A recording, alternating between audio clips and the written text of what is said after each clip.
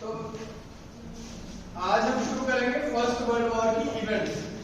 पहले हमने क्या पढ़ा था लास्ट लेक्चर में? क्या पढ़ा था लास्ट में लेक्चर में? कहां पे छोड़ा था मैं लास्ट लेक्चर? ये क्या सीन है डिपिक्ट कर रहा है? किसको कर दिया? रशिया के किसको कर रहा था? ऑस्ट्रिया। हाँ, ऑस्ट्रिया हंगरी के वुड बी जो किंग है उसको सर्बिया में ब्लैक एंड सोसाइटी के एक लड़के ने, रेवोल्यूशनरी ने, he attack him and killed him, archduke Ferdinand, ठीक है ना? And his killing became the immediate cause for the first world war. अब फर्स्ट वर्ल्ड वॉर कैसे होती है? सर्बिया में ऑस्ट्रिया हंगरी का राजा, वुड बी राजा जो है वो जाता है, ठीक है ना? और वहां पे इसकी असैसिनेशन हो जाती है। अब ऑस्ट्रिया हंगरी को जर्मनी बैकिंग देता है और सर्बिया की बैकिंग कौन कर रहा है? Russia. And why is Russia banking Serbia? Because Serbia क्या करेगी थी? स्लैव पॉपुलेशन कंट्री को में कंबाइन करके as form a Slav country which will be called Yugoslavia, and that is the reason Russia is supporting Serbia. Germany यहां पर Austria Hungary को कहता है कि भाई दिस जो आर्चड्यूक था he belonged to the Hanover family, royal family of Germany. So this becomes a duty कि हमें अब इसके बारे में कुछ इसका रिटेलिएशन करना चाहिए। तो Austria Hungary writes to Serbia, वो कहता है कि जो ये हुआ इंसिडेंट इसके लिए Serbia should take the responsibility, और जो ये ब्लैक हैंड्स जैसी रेवोल्यूशनरी सोसाइटीज है इनको बंद किया जाए। और तीसरी बात कि जो भी एंटी ऑस्ट्रियन जो फीलिंग्स तुम्हारे देश में चल रही है उन सबको खत्म किया जाए, ठीक है? ऑस्ट्रिया हंगरी आ गया, सर्बिया आ गया। ऑस्ट्रिया हंगरी की बात, जो सर्बिया है वो ऑस्ट्रिया हंगरी को कहते हैं कि will sit down and negotiate, हम मीटिंग करेंगे और जो तुम्हारी शर्तें हैं उसको मानेंगे। बट ऑस्ट्रिया हंगरी ब्लाइंड है इस टाइम पे, बिकॉज उसको लगता है कि जर्मनी मेरे साथ खड़ा है एंड आई डिक्लेयर वॉर, अब तो वॉर ही होगी। तो 28 जून को असैसिनेशन होता है एंड 28 जुलाई को 28 जुलाई 1914 Austria Hungary declares war on Serbia. अब ऑस्ट्रिया हंगरी ने अगर वॉर डिक्लेयर कर दी सर्बिया पे तो रशिया को डर लगने लग जाता है कि कहीं जर्मनी मेरे पर अटैक करता है। तो जर्मनी क्या करता है? अपनी ट्रूप्स की मोबिलाइजेशन कर देता है जर्मनी के ईस्टर्न बॉर्डर्स पे, ठीक है? तो इससे डरते हैं कि अब ये लगता है कि रशिया जो है जर्मनी पे अटैक करने लगे। तो जर्मनी क्या करता है? जर्मनी को लगता है कि अगर रशिया ने मेरे पे अटैक कर दिया तो आज नहीं तो कल फ्रांस भी मेरे पे अटैक कर देगा। तो क्या करता है जर्मनी जो है वो फ्रांस पे वॉर डिक्लेयर कर देता है 4 अगस्त को। अगस्त 1 तक 4 तक ये सारी वॉर जो होती है वो बेसिकली डिक्लेयर हो जाती है। जर्मनी एंड ऑस्ट्रिया हंगरी एक साइड पे होते हैं, प्लस ऑटोमन एम्पायर जो टर्की वाला कॉन्स्टेंटिनोपल वाला एरिया है वो सारे एक साइड पे होते हैं। उसमें रशिया और फ्रांस अभी जो है फॉर स्टार्टिंग अभी जो ये अकेले होंगे दोनों, बाद में they will be joined by great Britain, and great Britain के बाद जब रशिया छोड़ देगा वर्ल्ड वॉर 1 को तो they will be joined by USA, ठीक है? तो ऐसे ब्लॉक्स बन जाते हैं। तो लास्ट हमने लेक्चर यहाँ पे छोड़ा था, the immediate cause became the killing of archduke Ferdinand, the would be here king of Austria Hungary. अब ब्लेम गेम चलता है वर्ल्ड वॉर 1 में। सभी कहते हैं कि गलती जर्मनी की है, कोई कहता है रशिया की गलती है, कोई कहता है ऑस्ट्रिया की गलती है, तो ऐसे ब्लेम गेम चलता है। तो ऑस्ट्रिया पे सबसे पहले क्या इल्जाम लगता है कि you could have negotiated with Serbia. वो कहते हैं कि ठीक है असैसिनेशन हो गया, बट अभी भी क्या है कि आप नेगोशिएट कर लेता अगर ऑस्ट्रिया उस टाइम पे और मान लेता। सर्बिया चाहे पूरा तैयार था कि भाई ठीक है गलती हुई है तो गलती का पनिशमेंट भी मिलेगी और वो तैयार था। बट ऑस्ट्रिया हंगरी जर्मनी की सपोर्ट करके वो बिल्कुल छोड़ देता कि नहीं आई डिक्लेयर वॉर। अब रशिया पे ये कहने लगता है कि अगर जर्मनी ऑस्ट्रिया हंगरी और सर्बिया की लड़ाई हो रही है तो तुझे क्या ऐसे एंटिसिपेशन हुई कि मैं अपनी फोर्स मोबिलाइज करूं? तो सबसे पहले जो अपनी फोर्स की मोबिलाइजेशन की है वर्ल्ड वॉर 1 में वो की है रशिया ने on the eastern fronts of Germany. तो जिससे जर्मनी भी घबरा जाता है। जर्मनी पे ये होता है कि जर्मनी रशिया से बात करता है, जर्मनी फ्रांस से बात कर लेता। जर्मनी को ऐसी क्या जल्दी पड़ी थी कि वो रशिया की मोबिलाइजेशन को देख के फ्रांस पे वॉर डिक्लेयर कर दे। तो ये सभी पार्टीज पे ब्लेम चलता है, बट एट द एंड सारा ब्लेम किसके नाम का पड़ता है? जर्मनी की। सारी गलती किसकी है? जर्मनी की। जो सजा लगी, जो टेरिटरी का लॉस हुआ, जो फाइन भरना पड़ा, वो सारा देना पड़ा जर्मनी को। अब ये आगे फ्रेंड्स एंड एनिमीज, ठीक है, अलायंस और ट्रिपल एंटान। सबसे पहले 1882 ट्रिपल अलायंस बनता है ऑस्ट्रिया हंगरी, जर्मनी और इटली का। पहले इटली जो होता है वो जर्मनी की साइड पे होता है, ठीक है, बट बाद में इट बिकम्स द एंटान की पार्टी बनता है, ट्रिपल एंटान की पार्टी। आफ्टर दैट 1902 में ब्रिटेन और फ्रांस का एक सीक्रेट पैक्ट होता है। क्या होता है उसमें? सीक्रेट पैक्ट से जर्मनी गुस्से हो जाता है और वो कहता है कि मेरा पार्ट कहां पर है। बताओ कौन सा पैक्ट है? मोरक्कन क्राइसिस पढ़ा था हमने। क्यों हुआ था? कि रशिया और ब्रिटेन और फ्रांस ने अपने आप ही मिलकर कुछ कर दिया था कि फ्रांस जो है तो मोरक्को पे रूल कर ले and Britain are rule on Egypt. तो जर्मनी को जब पता लगता है कि इन्होंने तो अपने आप आपस में जो है देश बांट दिए हुए हैं, अपने स्फीयर ऑफ इन्फ्लुएंस बांट दिए हुए हैं, तो अब वो कहते हैं कि मेरे को भी मेरा हिस्सा चाहिए। तो यहां से ब्रिटेन और फ्रांस की दोस्ती हो जाती है। अब 1914 तक, चाहे ये ट्रिपल अलायंस का पार्ट है इटली, 1914 तक इटली जो है वो न्यूट्रल रहता है। अब क्यों न्यूट्रल रह पाता है? चाहे लड़ाई सारी इटली चल रही है, अब इटली के पास ऐसी क्या चीज है कि वो न्यूट्रल है। चलो यूएस को हम बात कर लेते हैं कि वो अटलांटिक के उस पार है, वहां पे वॉर का कोई इफेक्ट नहीं गया। इटली का क्यों न्यूट्रल रह सकता है वो? क्योंकि यहाँ पर हमने कौन से माउंटेन है? माउंटेन रेंजेस है, एल्प्स, ठीक है, तो उससे वो उसको शील्ड करते हैं। जैसे हमारे हिमालयस है, तो अगर कुछ भी हमारा वेदर क्लाइमेट अगर कोई भी अटैक हो रहा है तो Himalayas protect us by providing us a natural frontier. तो same is with Italy. Italy को भी एल्प्स जो है they provide a natural frontier कि अगर कोई भी हमें लड़ाई हो रही है तो इसके पास कुछ टाइम बचेगा, क्योंकि पहाड़ को पूरा पार करके आना लड़ना वो that is a difficult thing. तो इटली जो है 1914 तक न्यूट्रल रहता है। बट उसके बाद जब सारी पार्टीज आ जाती हैं तो Germany, Austria Hungary, Bulgaria and Turkey. Bulgaria को अपने साथ में कैसे लेता है Germany? Baghdad to Berlin train, उसमें कहते हैं कि मैं ऐसी ट्रेन निकालूंगा यहाँ बर्लिन से जो सीधा बगदाद तक जाएगी। Bulgaria you will get your fair share, जो तुम्हें हमारा हिस्सा मिल जाएगा। यहाँ ये सॉरी बर्लिन को ये कॉन्स्टेंटिनोपल से होते हुए बगदाद तक जाएगी ट्रेन।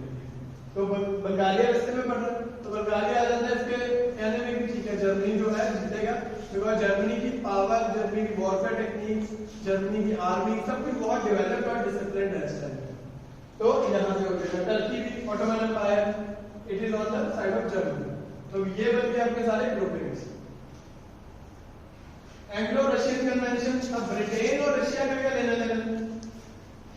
हमने पढ़ा था एंग्लो अफगान वॉर होती है इंडिया में। क्यों होती है?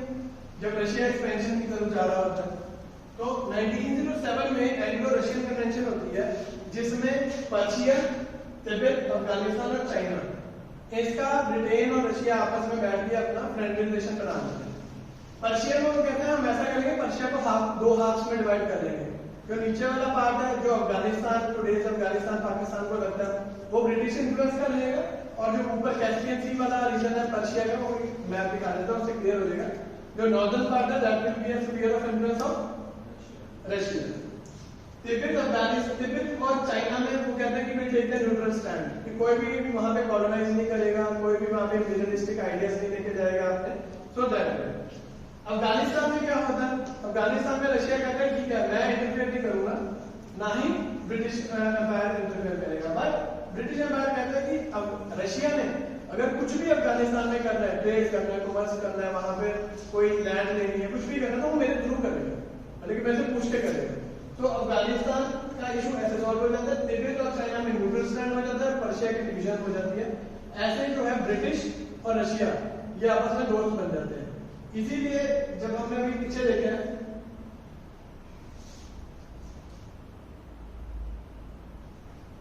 कि रशिया, फ्रांस और इंग्लैंड इधर है और रशिया इधर है, होना तो ये चाहिए था कि ये ज्योग्राफी ज्योग्राफिकली पास है तो आपस में सारे सेंट्रल पास इकट्ठी होती और कुछ कर देती।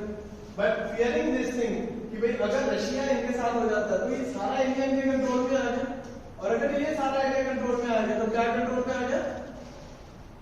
कौन सा route? Silk route. Silk route इससे कंट्रोल में आ गया जो इंग्लैंड फ्रांस यूएसए इनकी मोनोपोली जो होगी खत्म हो गई।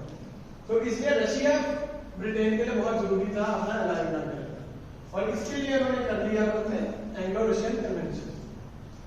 तो ये पर्शिया का था कि नॉर्दर्न वाला जो रीजन जो रशिया को टच करता था पर्शिया का, वो कहता था तुर्कमेन, एंड जो सदर्न पार्ट होता है जो ब्रिटिश इंडिया को टच करता है वो ब्रिटिश इन्फ्लुएंस रह जाता है। ठीक है, आफ्टर ये होता है कब है? जब फर्स्ट वर्ल्ड वॉर खत्म हो जाती है। ठीक है, उसमें ये जीत जाती है ब्रिटेन, ट्रिपल एंटान जो होता है बेसिकली वो जीत जाता है। अब वॉर स्टार्ट हो रही है, ये मैप देखो, ब्लैक वर्सेस रेड हो रहा है इस टाइम पे, यहाँ पे पूरा वर्ल्ड इन्वॉल्व, एंड जब पूरा वर्ल्ड इन्वॉल्व होगा तो क्या उसे कहेंगे? World war. इसलिए इसको हम कहते हैं वर्ल्ड वॉर। कुछ नो डाउट नेशंस थे जो बिल्कुल न्यूट्रल रहे, जैसे स्पेन, इटली स्टार्टिंग में न्यूट्रल था, उसके पहले हमें स्विट्जरलैंड था, नेदरलैंड्स था, वो न्यूट्रल रहे वर्ल्ड वॉर 1 के टाइम में। बट अगर हम मैप को देखें तो ये पूरा वर्ल्ड ऐसे लगता है कि इन्वॉल्व है वॉर में, and hence it is called the world war. अब स्टार्ट कहां से होती है war? Schlieffen plan. Schlieffen plan ये लास्ट टाइम में डिस्कस करा था मैंने, ठीक है ना? तो he was a major general in German army, ठीक है, German army, and he prepared this plan for Germany in case they have to fight a war on 2 fronts. The word was used after the World War and the plan was prepared around 1905 CE. अब ये plan जो है, ये जो नाम है basically, ये world war 1 के बाद दिखाई दिया गया इसको।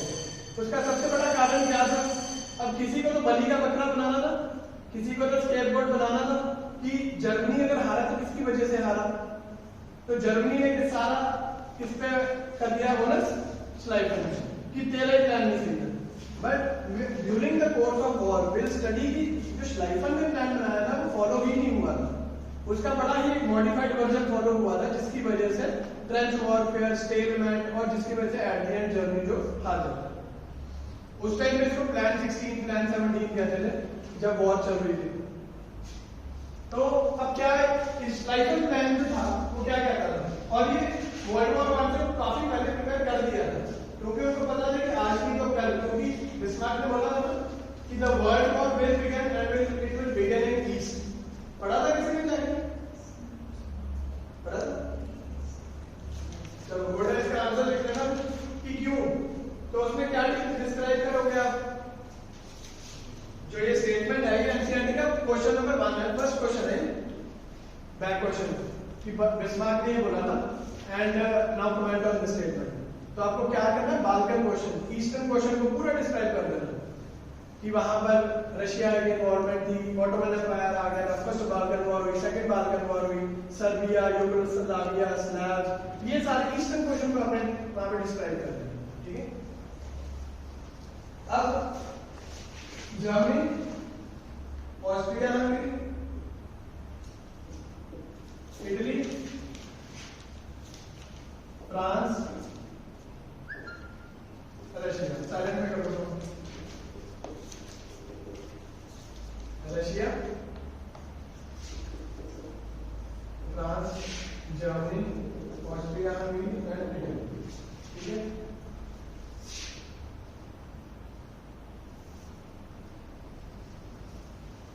अब जर्मनी को जब लड़ाई लड़नी है तो वो 2 फ्रंट्स पे लड़ेगा, क्योंकि रशिया और फ्रांस आपस में दोस्त है, और अगर वर्ल्ड वॉर हो रही है तो ये वाले फ्रंट को भी बचाना है और ये वाले यहाँ पे बेल्जियम आ जाता है, ठीक है। अब ये वाले फ्रंट को भी करना है, ये वाले फ्रंट को भी करना है। तो श्लाइफन प्लान क्या कहता था कि हम ऐसा करेंगे, जर्मनी की सारी फोर्सेस इकट्ठी कर देंगे, पहले हम करेंगे पेरिस पे अटैक, यहाँ पे पेरिस को लगा दो, ठीक है, और उसके बाद हम जाएंगे रशिया, उसके बाद हम जाएंगे रशिया और वहां से जाके रशिया से लड़ाई लड़ते हम मिलकर। अब क्यों ऐसा का प्लान बनाया उसने कि पहले हम फ्रांस पे जाकर लड़ेंगे, उसके बाद रशिया में जाकर लड़ेंगे? उसका कारण ये था कि रशिया अभी तक इंडस्ट्रियल रेवोल्यूशन नहीं आया, हमने अमेरिकन रेवोल्यूशन पढ़ लिया, फ्रेंच रेवोल्यूशन पढ़ लिया, पर रशियन रेवोल्यूशन नहीं पढ़ा। रशियन रेवोल्यूशन आएगा अब, ठीक है, during the course of first world war. तो अभी ये रशिया इतना डेवलप नहीं है in the terms of transportation, in the terms of warfare, in the terms of army, in the terms of science and technology. तो Germany को ये लगता था कि जितनी देर मतलब 6 वीक्स में मैं पेरिस को जाकर अटैक करूंगा, वहां पे जीतूंगा और वापस रशिया के बॉर्डर से यहाँ पे आऊंगा, उतने यानी कि पूरे रशिया को, इतने बड़े कंट्री को अपनी सारी फोर्स मोबिलाइज करने के लिए 6 हफ्ते लगेंगे और इतने टाइम में मैं वापस आके I will fight with Russia. Starting में प्लान क्या था, उसके बाद थोड़े से चेंजेस होते रहे जिसकी वजह से स्लाइफन प्लान जो हार गया। स्टार्टिंग में ये प्लान था कि जर्मनी ये ना फ्रांस, ये कहते हैं कि हम एल्सेस लोरेन ये वाले एरिया में से जाएंगे। एल्सेस लोरेन कब मिलता है इसको, बेसिकली फ्रांस जो है वो जर्मनी से ही जाता है, ठीक है। तो हम एल्सेस लोरेन वाले एरिया से जाएंगे सीधा, यहाँ पे कहीं पे पेरिस है, तो फिर अटैक पेरिस और हम जीत जाएंगे। बट स्लाइफन 2 चीजें भूल गया था, उसको ये नहीं पता था कि यहाँ पे बहुत सारी रिवर्स है जो नेचुरल फ्रंटियर, मतलब कि रिवर को पार करना बड़ा मुश्किल है, टैंक्स के साथ लेके, अपनी इतनी मिलिट्री लेके, आर्मी लेके, नहरों को पार करना बड़ा मुश्किल है। और दूसरी बात, फ्रांस को पता लग गया था इस टाइम तक कि Germany is going to attack me, तो वो क्या करता है, सारी अपनी फोर्स को एल्सेस लोरेन में वो स्टेशन कर देते हैं, ठीक है। स्टेशन करने से अब जर्मनी के पास एक डेडलाइन है, अब आपके पास कोई काम दिया होगा आपको कि 6 हफ्ते में पूरा करना ही करना है, बीच में से आपको और असाइनमेंट्स मिल जाए या फिर जो टीचर ने या फिर किसी ने भी आपको असाइनमेंट दी है वो आपको ज्यादा थोड़ा टाइम कंज्यूमिंग करने लगते हैं, या आपका मतलब कि आपके पास वो सॉफ्टवेयर हार्डवेयर ना हो जिससे हम उसे फुलफिल कर पा रहे हैं, तो इसमें क्या होगा, आपका टाइम वेस्ट होगा। तो सेम यहाँ पर होता है, जब एल्सेस में जर्मनी ने अपनी फोर्सेस को भेजा तो यहाँ पर फ्रांस ने मतलब कि गेव वाला स्ट्रॉन्ग ऑपरेशन, तो यहाँ पर उसका टाइम वेस्ट होने लगा। उसने क्या करा, स्ट्राइक प्लान को कर दिया चेंज, वो कहता है कि अब हम यहाँ से अटैक नहीं करेंगे, तो सीधा नहीं अटैक करेंगे बिकॉज ऑफ नेचुरल फ्रंटियर्स, हम क्या करेंगे, ऊपर से वाया बेल्जियम आएंगे, पूरा घूमेंगे और पीछे से आके मतलब कि 7 ऐसी यूनिट्स बनाएंगे जर्मनी में, ठीक है। तो हम पूरा घूम के आएंगे पीछे से, नदियों के ऊपर से आएंगे और पीछे से आके पेरिस को अटैक करेंगे and then we will move towards Russia. अब जर्मनी ने पहले सोचा था यहाँ से अटैक कर दूंगा मैं, फ्रांस में सीधा जाऊंगा अटैक, बट उसके बाद वो चेंज कर देता है, वो कहता है मैं बेल्जियम से, ये रहा बेल्जियम, ये रहा ब्रिटेन आपका नॉर्थ सी वाला एरिया है, यहाँ से मैं जाऊंगा एंड आई अटैक। रशिया का ये ईस्टर्न फ्रंट आ गया। फ्रंट्स क्या है बेसिकली, फ्रंट्स का मतलब है जहां पर लड़ाई आमने सामने हो रहे हैं, एक तो यहाँ पर हो रही है, ठीक है, फ्रांस एंड ब्रिटेन के साथ, और एक यहाँ पर हो रहा है रशिया और अलाइड फोर्सेस के साथ में। तो ये बन जाएगा आपका ईस्टर्न फ्रंट और ये बन जाएगा आपका वेस्टर्न फ्रंट। तो इन दोनों टर्म्स को हमने याद रखना। अब बेल्जियम में क्या होता है, जब एल्सेस लोरेन वाले रीजन में वहां पर भी फ्रांस वाज प्रिपेयर्ड, तो सेम है जब वो बेल्जियम सोचता है कि मैं बेल्जियम वाली साइड से रूट से अटैक करूंगा, तो बेल्जियम भी प्रिपेयर्ड होता है। बेल्जियम को सपोर्ट पर प्रोवाइड करता है यहाँ पे ब्रिटेन। अब ब्रिटेन को क्या लेना देना है, उसको है कि फ्रांस से लड़ाई लड़ रहा है, ब्रिटेन तो बिल्कुल अपना मोनोपोली इकोनॉमिकली चलता है कि जहां पे मुझे फायदा है वहां पे मैं हेल्प करूंगा, जहां पे मेरा नुकसान है या फिर मैं न्यूट्रल हूं जहां पे वहां पे आई नॉट इंटरफेयर।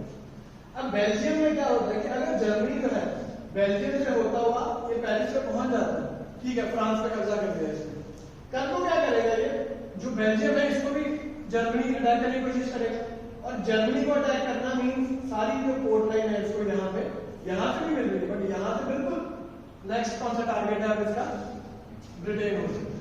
तो अपने आप को बचाने के लिए बेल्जियम को कहता है कि I will provide you the reinforcements, मैं तुम्हें सारी सपोर्ट प्रोवाइड करूंगा, आर्मी प्रोवाइड करूंगा, बस 2 काम कर दो मेरे, इसको डिले करा दो।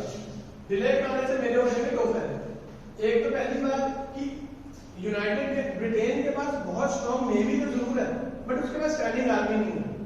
आर्मी उसने कहां से इकट्ठी करनी है, फिर कॉलोनी से, और वहां से आने को कॉलोनी से यहाँ पर बेल्जियम भेजने को, इंग्लैंड भेजने को टाइम लगेगा। तो कहते हैं जस्ट बाय मी टाइम, मुझे सिर्फ कुछ टाइम दे दो एंड मैं तेरे पास पूरी अपनी सेना भेज दूंगा। बेल्जियम इसके लिए क्या करता है, बेल्जियम सेल्फ डिस्ट्रक्शन मोड में आ जाता है। वो ऑलरेडी जो उसकी रेलिंग्स होती हैं, रेलवे लाइंस वगैरह होती है, वो तोड़नी शुरू कर देता है। क्यों? ताकि जर्मन जो है उसे यूज ना कर पाए।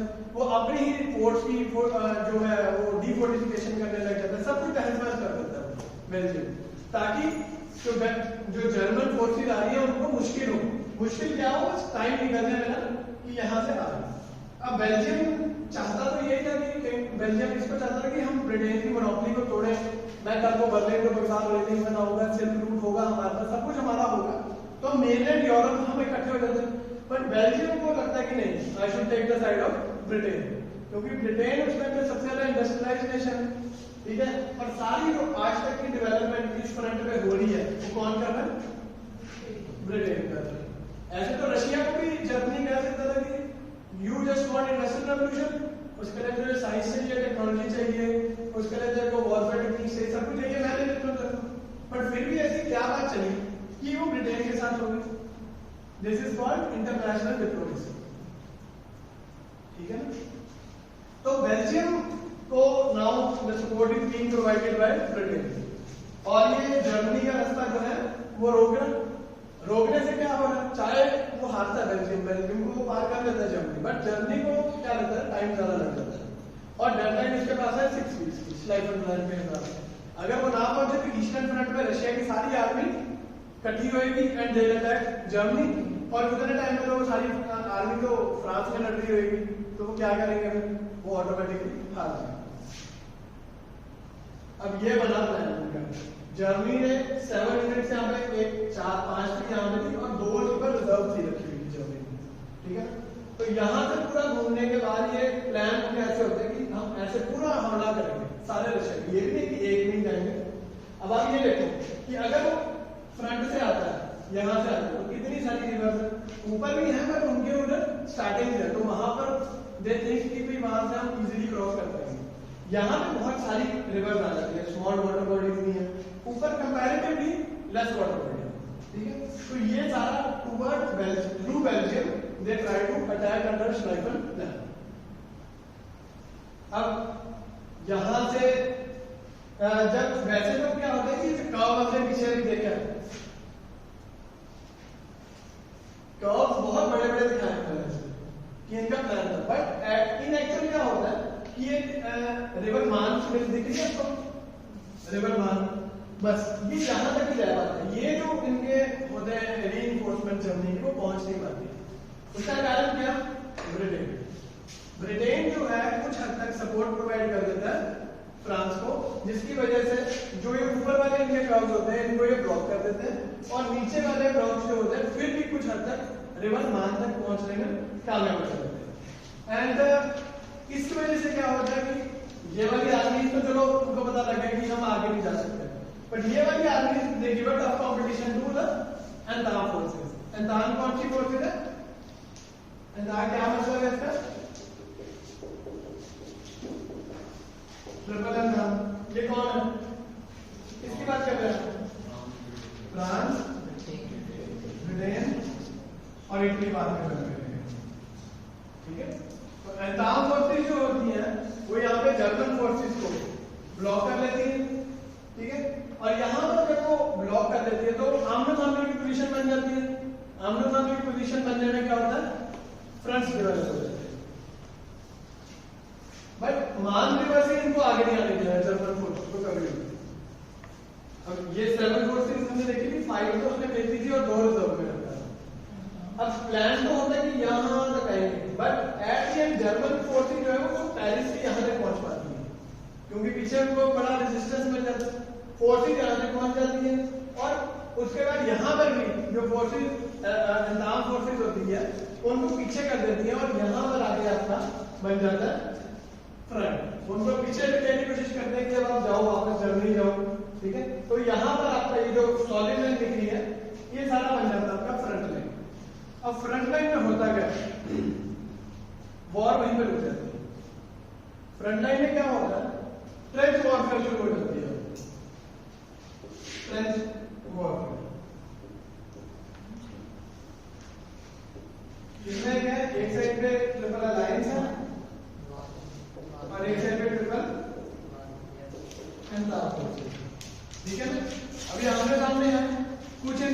बचा नहीं कि आगे करना क्या है क्या नहीं करना, तो दे डेवलप हो गया, कहते गड्ढे खोदने लग जाते हैं। बॉर्डर पे तो देखिए सबने, है ना, वो एक इतनी इतनी गलियां सी बनी होती हैं, that is called a trench. जब लड़ाई होती थी तो पुराने टाइम में, तो वहां पे ट्रेंचेस में लोग रहते थे, and these trenches led to the stalemate in the war and development of fronts. अब युद्ध यहाँ पे आके खड़े हो गए, उसका कारण क्या, पहले हम फ्रेंच वॉर को समझें। अब जर्मनी आज बेल्जियम को वो कहते हैं तू मेरी साइड पे आ जा, क्योंकि ब्रिटेन को क्यों लगता है कि जर्मनी का जो बेल्जियम है वो उसके पास चल जाएगा।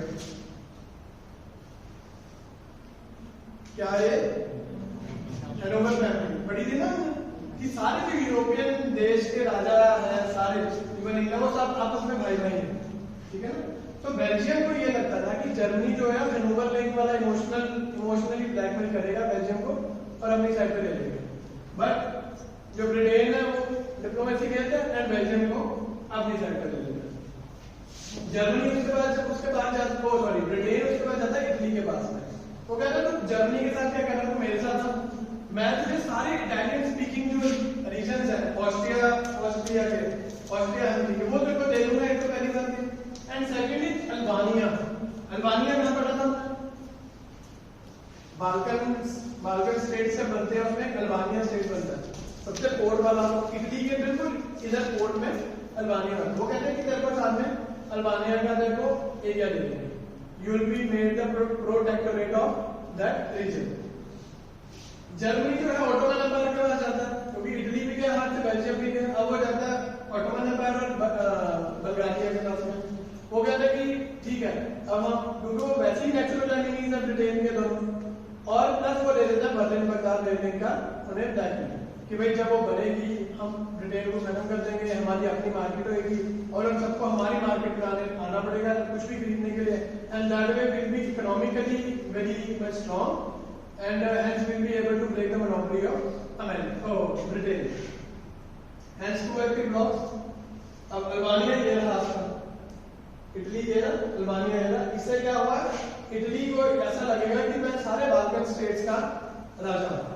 बाल्कन स्टेट्स का मतलब क्या है, स्लैब, कि जो अब स्लैब कंट्री बनेगा वो मैं बनाऊंगा। उसको ये बोलते हैं, बट एंड में मिलता कुछ नहीं है, ना इटली को कुछ मिलता, ना जापान को कुछ मिलता। दैट इज व्हाई वो वर्सेस मोड में हो जाते हैं ब्रिटेन के इन वर्ल्ड वॉर 2। अब जब भी पेरिस तक पहुंच जाते हैं, हमने देखा ना वो एक कर्व में था, तो पेरिस तक काफी हद तक पास में पहुंच गए थे। तो फ्रांस एक देश की कैपिटल पे कब्जा कर लेना, दैट मींस हमने देश पे कब्जा कर लिया, तो फ्रांस क्या करता है, गेम खेल लेता है, वो पेरिस से अपनी कैपिटल पे हटा देता है थोड़ा टाइम के लिए, और बॉर्डर्स को अपनी कैपिटल बना देता है। वो कहता है कि ठीक है, अब तो मेरी कैपिटल ही नहीं है, now my capital in France की कैपिटल बॉर्डर्स है। अगर पेरिस पे तुमने कब्जा कर भी लिया तो एक सिटी में कब्जा होगा, कोई बात नहीं, बाद में देख लेंगे, बट नेशनल इंटीग्रिटी पे तो मेरे सारे पब्लिक ऑफिसेज, पब्लिक बिल्डिंग्स को शिफ्ट कर देता है इधर न्यू कैपिटल में। और जो सबसे पहली जो वॉर होती है बैटल ऑफ मान, जब वो पेरिस के बिल्कुल पास जर्मनी पहुंच जाता है, तो एंटान फोर्सेस जो है उसको पीछे धकेल देती है, और मान रिवर जो मैप पे देखा ना, वहां पर उसको ले जाती है पीछे करते करते, और वहां पर डेवलप हो जाते हैं ट्रेडिशंस। ये देखो, ये उसका मैक्सिमम एक्सटेंट था, पेरिस के बिल्कुल पास पहुंच जाता है जर्मनी, ठीक है। यहां से बैटल ऑफ मान शुरू होती है, और एट द एंड यहां पर ये रेड वाली लाइन बाद में आएगी, ठीक है। जब जर्मनी रशिया से फ्री होगा दोबारा से वो फ्रांस पे एक बार अटैक करेगा, इसको भी मैं कंसीडर करना। अभी ये वाली लाइन से पूरे देश में, पूरे फ्रांस में ऐसे गड्ढे खोद, ऐसे ट्रेंच खोदी गई थी, ये जो लाइन दिख रही है आपको, पूरी कैसे खोदी गई थी, ठीक है ना। तो इसलिए ट्रेंच वॉरफेयर इतनी ज्यादा इंपॉर्टेंट है, पूरे देश को ही इन्होंने नाली टाइप से एक बना दिया था ट्रेंच बनाने के लिए। तो यहाँ पर बैटल ऑफ मान, ये बैटल ऑफ मान होती है, तो बैटल ऑफ मान के पीछे इसको लगेगी। अब ट्रेंच ऐसा होता है, ठीक है, कि ट्रेंचेस बने, यहीं पर उन्होंने रहना सहना, ये हेडक्वार्टर्स आ गए, ये कम्युनिकेशन लाइंस आ गई, ये फ्रंट लाइन आ गई। अब ट्रेंचेस में होता क्या था कि अगर आगे गए खाई, पीछे गए कौन, अब ट्रेंचेस के अंदर बैठे रहोगे, ऊपर से बम गिरेंगे, वैसे ही मर जाओगे। आगे भागोगे, आगे मशीन गन्स है, ठीक है, वो उन्होंने स्लॉटर कर देना। पीछे जाने की कोशिश करोगे कि अगर जंग छोड़ने की बात करोगे तो गद्दारी के चाल में वैसी गोली बजेगी, तो कुछ वे आउट ही नहीं था। तो हमेशा स्टेटमेंट का मतलब क्या था कि यहाँ से जर्मन फोर्सेस अपने हजारों सैनिक आगे भेज देते थे, मशीन फ्रांस मशीन गन लेकर बैठा होता था, वो सबको मार देता था, ऐसे ही चलता था। और ये होती थी नो मैन्स लैंड। तो क्या होता था कि हजारों सैनिक मरवा के सिर्फ जमीन पे कुछ टुकड़ा मिलता था, जहां तक सैनिक पहुंच जाते थे और गड्ढा अपना खोद देते थे, वहां पर वो जाके मतलब वो कहते थे कि अब से ये हमारी है। तो कितना सारा नुकसान करा के, तो बैटल ऑफ मान में एस्टिमेटेड कि 1 मिलियन सोल्जर्स डाइड। अब एक वॉर में ही 1 मिलियन मर रहे हैं, इसका मतलब क्या हुआ? यही कि स्लॉटर जब उधर से फ्रेंच भेजते थे हजारों सैनिक कि जितने गए गए जितने गए। अब वेपन उस टाइम पे थे कम, सबके पास वेपन्स तो है नहीं, ठीक है। तो क्या होता था इसमें कि जो सबसे आगे लाइन चल रही है सिर्फ उसके पास राइफल्स है, जो पीछे चल रहे हैं राइफल नहीं है। उनको क्या बोला गया, जब आगे वाला मरेगा तो उसके राइफल उठाओ आगे चलो। ऐसे करते करते बस सभी मरने के लिए तैयार होते थे। तो this way a lot of casualties took place. And जो एक वॉर का बड़ा रोमांटिसाइज का कंसेप्ट था, लोगों को लगता था गाने सुन के मूवीज देख के कि बड़ी एक अच्छी चीज है वॉर, अब लोगों को लगने लगा डर। जब हर घर में एक फोटो लगी गई किसी सोल्जर की भी, ये शहीद हुआ वो शहीद हुआ, तो तब लोगों को लगने लगा डर। और इसीलिए सेकेंड वर्ल्ड वॉर में बहुत कोशिश करी लोगों ने भी कि वर्ल्ड वॉर 2 ना हो, बट स्टिल इट हैपेंड। अब ऐसी भी पोजीशन हो गई कि सांप अपने आप में खा रहा कि ना भूख मिटाने के लिए खाना तो है, बट अपने आप में खा रहा, तो लेकिन एक बड़ी कैच 22 सिचुएशन होती ना, इधर के ना इधर ना होगा। So soldiers fought from trenches, but life was favorable. There were lot of mice. अब चूहों ने यहाँ पर भी आके बड़ा गदर डाल दिया था। कुछ भी चीज फ्रेश नहीं थी, इन्फेक्शियस डिजीजेस, प्लेग, ऐसी की बीमारियां फैलने लगी। तो एक अगर हम पढ़ते हैं कि उसमें एक जनरल लिखता है कि we ate mud, we slept on mud, we bathed in mud। हम जो भी करते थे मिट्टी में करते थे, ठीक है, मिट्टी खाते थे, मिट्टी में सोते थे, मिट्टी में नहाते थे, मिट्टी में ही मर जाते थे। तो एवरीथिंग वाज बट इतनी मिजरेबल लाइफ थी। अब machine gun versus soldier slaughter होता था कि यहाँ से 16,000 आगे मशीन गन ऑन कर दी, जितने पहुंचे जितने आगे तक हमारी सेना पहुंच गई, लास्ट में वहां तक हमारी लैंड होगी। तो यहाँ से अगर शुरू हुए वहां तक पहुंचते पहुंचते इतनी इतनी लैंड रोज का जस्ट हो गया था कि इतनी जर्मनी ने आज जीत ली, इतनी आज फ्रांस ने is able to retreat the German forces. अब पॉइजनस गैसेस भी होगी, बैटल ऑफ आइफल्स, ये बड़ी फेमस वॉर है। यहाँ पे पॉइजनस गैस जो है सबसे पहली बार वर्ल्ड वॉर में यूज होती है और वर्ल्ड में सबसे पहली बार यूज होती है। ऊपर से स्टील हेलमेट्स हमने बताया था कि ऊपर से शेलिंग हो रही है, ठीक है ना। तो इसलिए उनके अपने स्कल्स को बचाने के लिए स्टील हेलमेट्स का यूज होने लग गया। जो आर्मी की यूनिफॉर्म थी वो चेंज हो जाती है यहाँ पर। No man's land was the slaughter ground for the soldiers, as you cannot stay in the trenches. If you run to army machines, guns slaughter you. If you run back, then either killed by the same army or tried on for the place in charge. So no way. ना आगे जा सकते ना पीछे जा सकते, हर जगह क्या है मौत। अब बैटल ऑफ मान रिवर हो गया। अब जो सेकेंड अटैक फरवरी 1916 में जर्मनी करता है फ्रेंच फोर्सेस से, वो होता है नियर बर्डन। और बर्डन में भी क्या होता है, दोनों फोर्सेस आमने सामने आ गई हैं, ठीक है। और फिर से क्या हुआ, सोम रिवर तक इन्होंने पीछे गिरा, सोम रिवर यहाँ तक इसको यहाँ तक ब्लॉक कर दिया सारा। और यहाँ पर भी क्या डेवलप हो गए, ट्रेंचेस डेवलप हो गए। वही स्टेटमेंट, रोज 1000 गए, 800 मर गए, 200 ने अगला टच कर दिया, उधर से 10,000 आए, उन्होंने थोड़ी सी लैंड ऑक्यूपाई करी। तो ऐसी स्टेटमेंट चलता था कि रोज मरने के लिए छोड़ते थे, कोई रिजल्ट नहीं आ रहा था वॉर का। तो ऐसे करके ये बैटल ऑफ जो वेस्टर्न फ्रंट पे जर्मनी करता था फ्रांस के साथ में, तो ये उसका सिनेरियो चल रहा था वॉर का। इन द मीन टाइम अब रशिया ने क्या करा कि जो स्नाइपर प्लान कहता था कि जो 6 वीक्स का टाइम लगेगा, रशिया ने पता नहीं कहां से ये 6 वीक्स का टाइम से बहुत कम टाइम में अपनी सारी फोर्सेस को मोबिलाइज कर दिया जर्मन बॉर्डर्स पे, ईस्टर्न फ्रंट बनाने के लिए, ठीक है। अब इधर से तो इसका वेस्टर्न फ्रंट पे लोग बेल्जियम भी है, इंग्लैंड भी है और फ्रांस भी है, सारे अटैक कर रहे हैं। अब उधर से ये रशिया ने भी अटैक करना शुरू कर दिया। ये वेस्टर्न फ्रंट पे लड़ ही रहा था, अब उन्हें ईस्टर्न फ्रंट पे भी लड़ना पड़ेगा। ये तो है नहीं कि उसको खाली छोड़ देंगे, अगर वहां से खाली छोड़ा तो वहां से सारी फोर्सेस सारी इकट्ठी आएंगे और ऐसे देर वाइप आउट जर्मनी। तो इसलिए क्या डिसाइड होता है कि ब्रिटेन को अब कॉन्कर वहां से भी करना है, ठीक है। अब ब्रिटेन की यहाँ पे मजबूरी क्या है, अब हमने बढ़ा दिया रशिया, ये नीचे आ गया आपका ऑटोमन एम्पायर, ठीक है। अब इधर आ गया आपका ब्रिटेन। अब ब्रिटेन ने अगर रशिया के पास में अपनी रिसोर्सेज को भेजना है तो कहां से भेजेगा, कहां से भेजेगा, ऊपर से यूएस से जाएगा, और सॉरी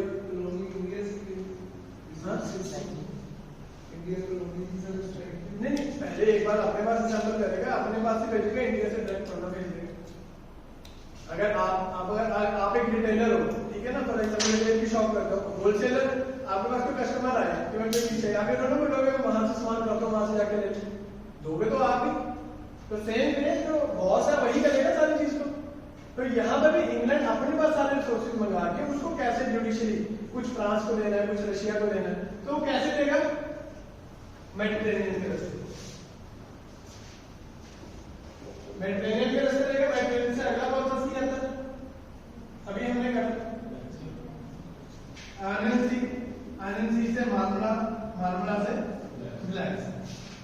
अभी मार्मला से ब्लैक सी जाने के अंदर एक स्टेट ऑफ डार्डानेलिस आता है जो हमने मिस कर दिया, and that was under the Ottoman empire.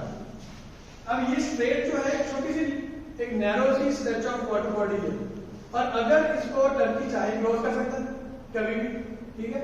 तो अब टर्की को इसलिए ब्रिटेन को कॉन्कर करना बहुत जरूरी हो गया। अगर डार्डानेलिस स्ट्रेट जो है वो बंद हो जाती है तो क्या होगा, रशिया को सपोर्ट नहीं पहुंचेगी, रशिया वैसे ही इंटरनल क्राइसिस में चल रहा है, क्योंकि रशियन रेवोल्यूशन यहाँ पे शुरू होने लगा बस थोड़ी देर में, ठीक है।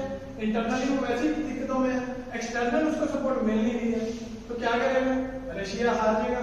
और अगर रशिया हार जाता है और वॉर से बाहर हो जाता है तो जर्मनी अपनी सारी जो फोर्स है वेस्टर्न फ्रंट पे जाएगा, इधर जाएगा, और फिर जो है वॉर मुश्किल हो गई। इसीलिए कहते हैं कि अगर रशिया वर्ल्ड वॉर 1 में जर्मनी का साथ दे देता तो आज पूरी हिस्ट्री अलग होनी थी, because Germany could very easily have defeated the end arm forces, Britain France को बड़ी आसानी से हरा सकता है, बस कंफ्यूजन में के चक्कर में कि इधर से इधर की दो फ्रंट्स को संभालने के चक्कर में एक ही टाइम पे आप दो लड़ाइयां तो लड़ नहीं सकते, ठीक है। दो बड़े बड़े प्रोजेक्ट्स हो आपके पास, आप कहोगे कि एक करें तो प्रायोरिटी आपकी सिलेक्ट करनी पड़ेगी।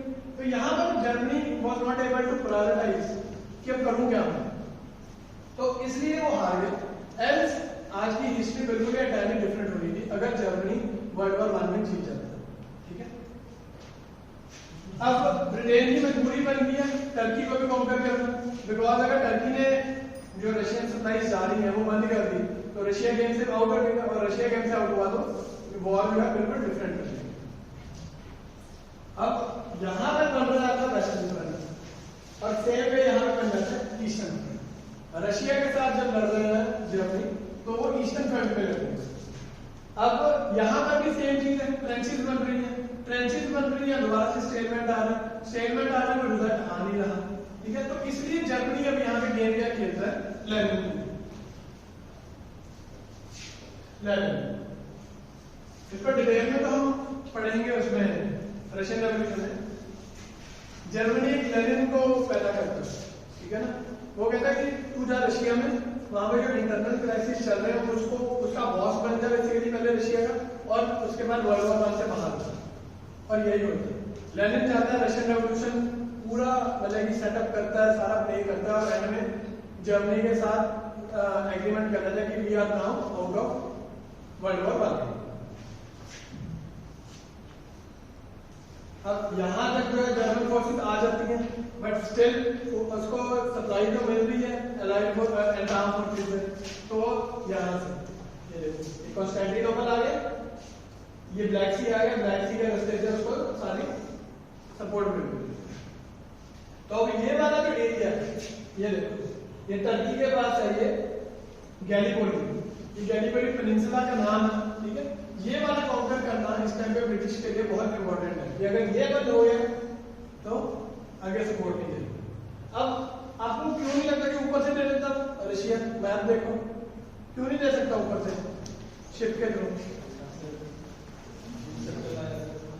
नॉर्थ पोल आ जाता है, और नॉर्थ पोल उस टाइम पे जब ये लड़ाई लड़ी जा रही है ईयर के एंड की बात है कि रशिया का जो फ्रंट है वो इंटरएक्टिव हो जाता है, और उस टाइम पे क्या वहां पे बर्फ आइस से कवर्ड है। तो इसलिए सिर्फ ये गैलीपोली वाला कॉन्स्टेंटिनोपल टर्की वाला एरिया जो है ये बचता है। By 1916, the Russian war efforts were about to collapse and the damage done to the infant economy. अभी बड़ी नई इकोनॉमी सी बनी थी रशिया, ठीक है ना, could not be tolerated in addition to internal crisis of high headedness of Tsar Nicholas II. अब जैसे फ्रांस में किंग लुइस 16 था, यहाँ पे कौन है, जार निकोलस II, जिससे लोग परेशान हैं। बाकी हर जगह रिप्रेजेंटेटिव गवर्नमेंट बन गई है, यहाँ पे अभी भी राजा रूल कर रहा है, और राजा जो होगा वो अपने हिसाब से गेम चलाएगा। अब रशिया राजा जार निकोलस II को कहते हैं कि हमें जरूरत ही क्या थी वर्ल्ड वॉर में जाने की, हमसे कोई जर्मनी, हम पे जर्मनी ने अटैक कर, जर्मनी ने कोई हमारी टेरिटरी ली, कुछ किया कुछ नहीं किया, तो जार को ऐसी क्या मजबूरी बन गई कि वर्ल्ड वॉर 1 में जाना। तो इसकी वजह से इंटरनल क्राइसिस शुरू हो जाती है, जिसका फायदा जर्मनी उठा। Even Germany block the Black Sea region that supported Russia, and by this time winters were there and hence the old route could not be taken. ठीक है, Russia without internal and external support became helpless and could not match German advance forces. अब black सी वाला भी reason block हो गया, internal ना inside support रही ना आउटसाइड सपोर्ट रही, तो रशिया को क्या हो गया, कोलैप्स हो गया। एंड रशिया जो है वो गेम को छोड़ देता है, ट्रीटी ऑफ ब्रेस्ट लिटोव। जापान भी अब एंटर कर जाता है, जापान को फायदा हो जाता है, जापान कहता है कि जो जर्मन कॉलोनीज इन चाइना है मैं उन पर अटैक कर देता हूँ, जर्मनी उधर भी थी है, Germany as a imperialist power अब डेवलप तो करने की कोशिश कर रहा है, तो इसलिए वो उसकी कॉलोनीज पे इन चाइना अटैक कर देता है। अब 1915 तक यूएस, अभी 1915 चल रहा है ये सारा, 1915 तक यूएस नहीं अभी गेम, 1915 अप्रैल में है, बट इटली जो है वो ज्वाइन कर लेता है ब्रिटेन, क्योंकि उसको पता लग जाता है कि Germany is fighting on two fronts and it is bound to get defeated, तो इसलिए जर्मनी ज्वाइन कर। Now the war comes at standstill because of French warfare, small gains and large losses. अब वेस्टर्न फ्रंट में जो हुआ same eastern front में भी हो गया, अब वहां पे भी ट्रेंचेस बन गए, वहां पे भी ट्रेंचेस बन गए। अब क्या हुआ, अब seeing Russia getting weak, Winston, अब रशिया वीक होने लगा, डायनामिक स्टेट है, ठीक है, यहाँ से ब्लैक सी में जाना। अब विंस्टन चर्चिल उस टाइम पे प्राइम मिनिस्टर जो है वो ब्रिटेन का, वो कहते हैं कि इट इज वेरी इंपॉर्टेंट कि हम इसको कब्जे में ले आए, तो इसलिए क्या होता है, वो ब्रिटेन जो होता है दैट डिसाइड्स कि भाई अब हम यहाँ पे अटैक करेंगे। Britain fear if Germany, if Russia is defeated, eastern front खाली सारा जो वेस्टर्न जर्मनी में लग जाएगा, हेंस ये गैलीपोली जो पेनिनसुला है, ये डायनामिक स्ट्रेट है यहाँ पर, इस पे ब्रिटेन को कब्जा करना बहुत जरूरी है। अब कॉन्स्टेंटिनोपल और ये सुएज कैनाल, यहाँ से सुएज कैनाल भी निकल रहा, सारा ईस्टर्न मैरीटाइम जो सिल्क रूट है वो चेंज हो गया आपका, कॉन्स्टेंटिनोपल और ये वाला एरिया यहाँ से आपका सारा ईस्ट और वेस्ट मिल रहा है। तो these were two main priorities of British Empire. उसे ये था कि इन दो एरियाज पे कभी कोई और कंट्रोल ना करना, और अभी ये वाले रीजन में किसका कंट्रोल था, जर्मनी एंड ऑटोमन एम्पायर। अब टर्की में जर्मनी डायरेक्टली तो इंटरफेयर कर नहीं सकता, तो सॉरी ब्रिटेन डायरेक्टली तो इंटरफेयर कर नहीं कर सकता, तो वो डिप्लोमेसी यहाँ पे भी खेल। अब यहाँ पर एक टी.ई. लॉरेंस करके ब्रिटिश सोल्जर है, वो उसको बोलते हैं कि जा अंदर जाके लोगों को भड़का, अरब्स और टर्क्स के अगेंस्ट है, दोनों मुस्लिम्स होने के कारण जो कैलिफ है, जैसे क्रिश्चियनिटी में पोप है तो मुस्लिम्स में कौन है, कैलिफ, तो कैलिफ जो है उसके अगेंस्ट अरब्स को भड़का है, उसको बोल के अरब्स को बोलो कि हम आपको इंडिपेंडेंस देंगे, ठीक है। लेकिन उस टाइम पे सारे बड़े घोड़े उनको क्या पता कि इंडिपेंडेंस का क्या मतलब है, ठीक है। तो वो क्या, T E. Lawrence, he is also called Lawrence of Arabia, वो इंटरनल रिवॉल्ट्स जो चल रही होती है टर्किश रूलर कैलिफ के अगेंस्ट, अरब्स को उनके अगेंस्ट कर देते हैं, और ये सारी का फायदा उठा के T E. Lawrence takes control of Baghdad, Jerusalem and दमिश्क। अब ये सारे का कंट्रोल ले लेते हैं, बगदाद, दमिश्क एंड जेरूसलम। अब ठीक है, ये दोनों का ठीक है, दमिश्क और बगदाद। जेरूसलम का आज तक इशू चल रहा है, ठीक है, इजराइल पैलेस्टीन पढ़ा किसी ने, इशू चल रहा है। यहाँ पे पहले अरब्स भी रह रहे हैं, ठीक है, यहाँ पे ज्यूज भी रह रहे हैं, यहाँ पे क्रिश्चियंस भी रह रहे हैं। द मोस्ट होली जो साइट है of these three religions is in Jerusalem. ठीक है, तो इसके लिए लड़ाई तब भी थी, तब इन्होंने मतलब कि ब्रिटिशर्स ने सारा इसको खराब कर दिया, क्रिश्चियनाइज कर दिया, किसी ने जूइश बना दिया, किसी ने मुस्लिम बना दिया, तो उसकी वजह से इशू तब भी था और आज भी है। ठीक है, तो यही इनका मेन मोटिव है कि इस रीजन को डिस्टर्ब रखो, हमेशा डिस्टर्ब क्यों रखो, क्योंकि रिसोर्स उनको पता ही नहीं लगे कि हम हमारी वर्थ कितनी है। अब उस दिन किसी ने पूछा था कि अगर अफ्रीका के पास इतने रिसोर्सेज हैं तो वो खुद क्यों नहीं डेवलप हो गए, तो सेम ही ये है, अगर सेंट्रल यूरोप सेंट्रल एशिया के पास इतने रिसोर्सेज हैं वो खुद क्यों नहीं डेवलप हो गए, तो उसका कारण यही है कि वो अपने इंटरनल इतने इश्यूज में आज तक उलझे हुए हैं कि उनको पता ही नहीं लग पा रहा कि what is our actual worth. So British Empire indirectly takes control of these three regions, ठीक है, और इससे क्या हुआ, टर्की पे वो भारी पड़ जाते हैं and this way they are able to free up this Gallipoli. ये गैलीपोली और स्टेट ऑफ डेडनेस जो हमने पढ़ा था, इसकी वजह से ये ओपन रहते हैं। अगर वो कहते हैं कि अगर तुमने वहां पर कुछ हरकत करी तो हम और भी तरह रिवोल्ट को एक्टिवेट करेंगे और भी तुम्हारा टर्की ऑटोमन एम्पायर है उसको हम गिरा देंगे, तो इसकी वजह से जो स्टेट है वो कंटिन्यू रहता है। अब ईस्टर्न फ्रंट पे भी आपका बन गया फ्रंट और ट्रेंचेस, वेस्टर्न पे भी बन गई ट्रेंचेस। अब हमने करानी है एंट्री यूएसए। अब यूएसए बड़ा ही एक नया सा नेशन है, डिक्लेरेशन ऑफ मतलब राइट्स पे पैदा हुआ है, वो खुद एक कॉलोनी था किसी ब्रिटेन की पहले। अब वो कैसे आ सकता है फर्स्ट वर्ल्ड वॉर में, ये तो है नहीं इंपीरियलिस्टिक आइडियाज, प्लस वो इकोनॉमिकली सोच रहा है। वो कह रहा है कि अगर ब्रिटेन मेरी मार्केट है तो जर्मनी भी मेरी मार्केट है, मैं दोनों के साथ एंटी नहीं हो सकता, और अगर मैं यूरोपियन मैटर्स में इंटरफेयर करूंगा तो क्या होगा, मुझे किसी ना किसी आज नहीं होगा किसी ना किसी का स्टैंड लेना पड़ेगा। ठीक है, और अगर एक पार्टी का स्टैंड होगा तो दूसरी नाराज होगी, दूसरी का नाराज स्टैंड होगा तो पहली नाराज हो जाएगी, नाराज होने से क्या होगा, मेरी मार्केट खत्म हो जाएगी।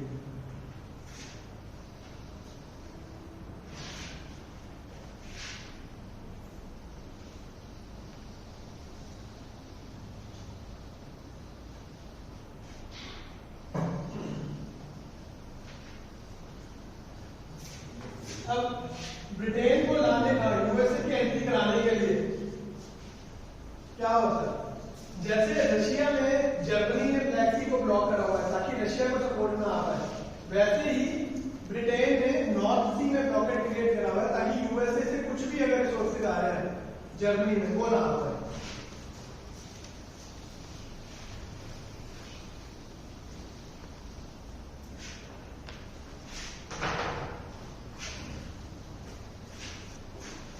ये आ गया आपका यूएसए, ठीक है, ये आ गया ब्रिटेन और इधर आ गया आपका जर्मनी, लैंडमास है, ये आ गया आपका नॉर्थ सी, ये नीचे फ्रांस शुरू हो गया। अब इस स्टेट का नाम आप बताओगे क्या है, अटलांटिक ओशन इधर है आपका,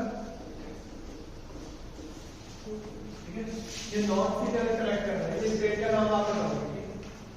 तो जर्मनी को जो सारी सपोर्ट मिल रही है यूएसए से, वो ऐसे आ रही है या ऐसे आएगी, ठीक है। अब यहां पर तो ये नैरो स्ट्रेच ऑफ लैंड है, जैसे वहां पे ब्लैक सी है उसने डायरेक्टली को रशिया को सपोर्ट ना हो जाए जर्मनी, तो उसको ब्लॉक करा हुआ है। तो सेम में यहां पर ब्रिटिशर्स ने करा हुआ, ब्रिटिशर्स ने यहां के साथ साथ यहां पर भी ये वाला जो एरिया आपका यहां पर भी ब्लॉकेट ब्लॉकेट क्यों है कि यूएसए से अगर कुछ भी जर्मनी सामान मंगाता है तो वो उसके तक पहुंचना है।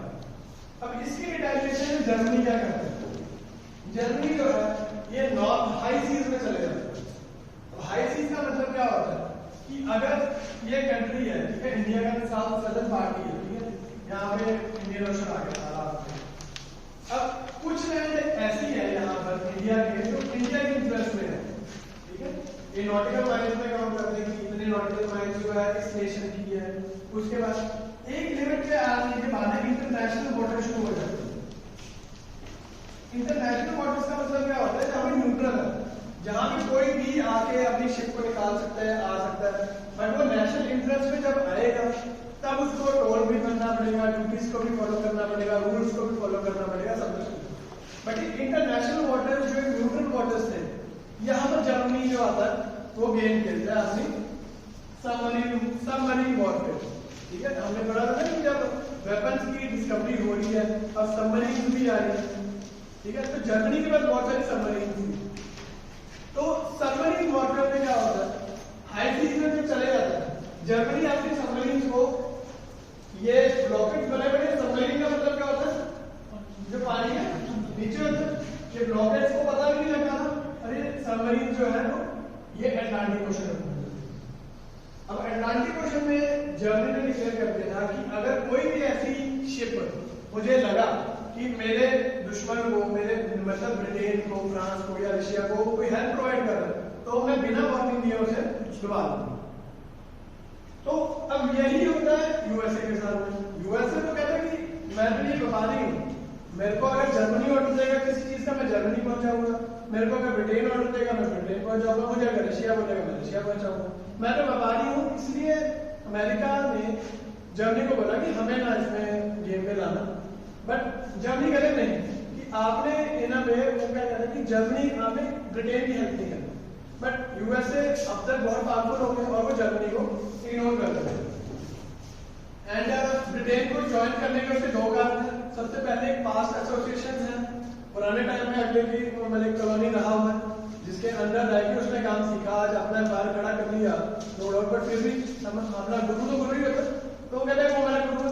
And secondly USA was having double trade with Britain as compared to Germany, तो अगला कहते हैं चलो ठीक है वहां से नुकसान होगा बट कम नुकसान होगा। ब्रिटेन ने भी सिमिलर रॉकेट्स वो देखो रॉकेट नॉर्थ सी में क्रिएट करे हैं और वो स्ट्रेट में, ठीक है, वो क्रिएट कर रहे हैं। These all prepared grounds for Germany to launch attack in high seas of Atlantic Ocean so as to stop the movement of American ships. अब अटलांटिक ओशन में कौन सी शिप्स मूव करेंगी? जापान की तो करेंगे अमेरिका की। So in 1970 Jan unrestricted submarine warfare, इसके अंदर क्या था कि बिना वार्निंग के जो मुझे शक भी हुआ किसी शिप पे कि that is providing support to Britain, तो मैं अगर डुबा दूंगा।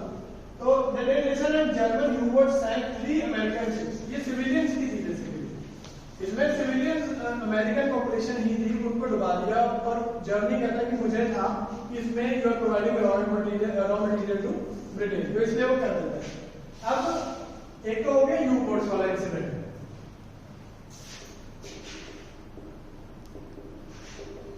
अब दूसरा एक टेलीग्राम जो होता है, लेकिन मैसेज होता है, जर्मनी जो है मैक्सिको पहुंचाना चाहता है, ठीक है, और वो कौन करता है? Zimmerman, Arthur Zimmerman.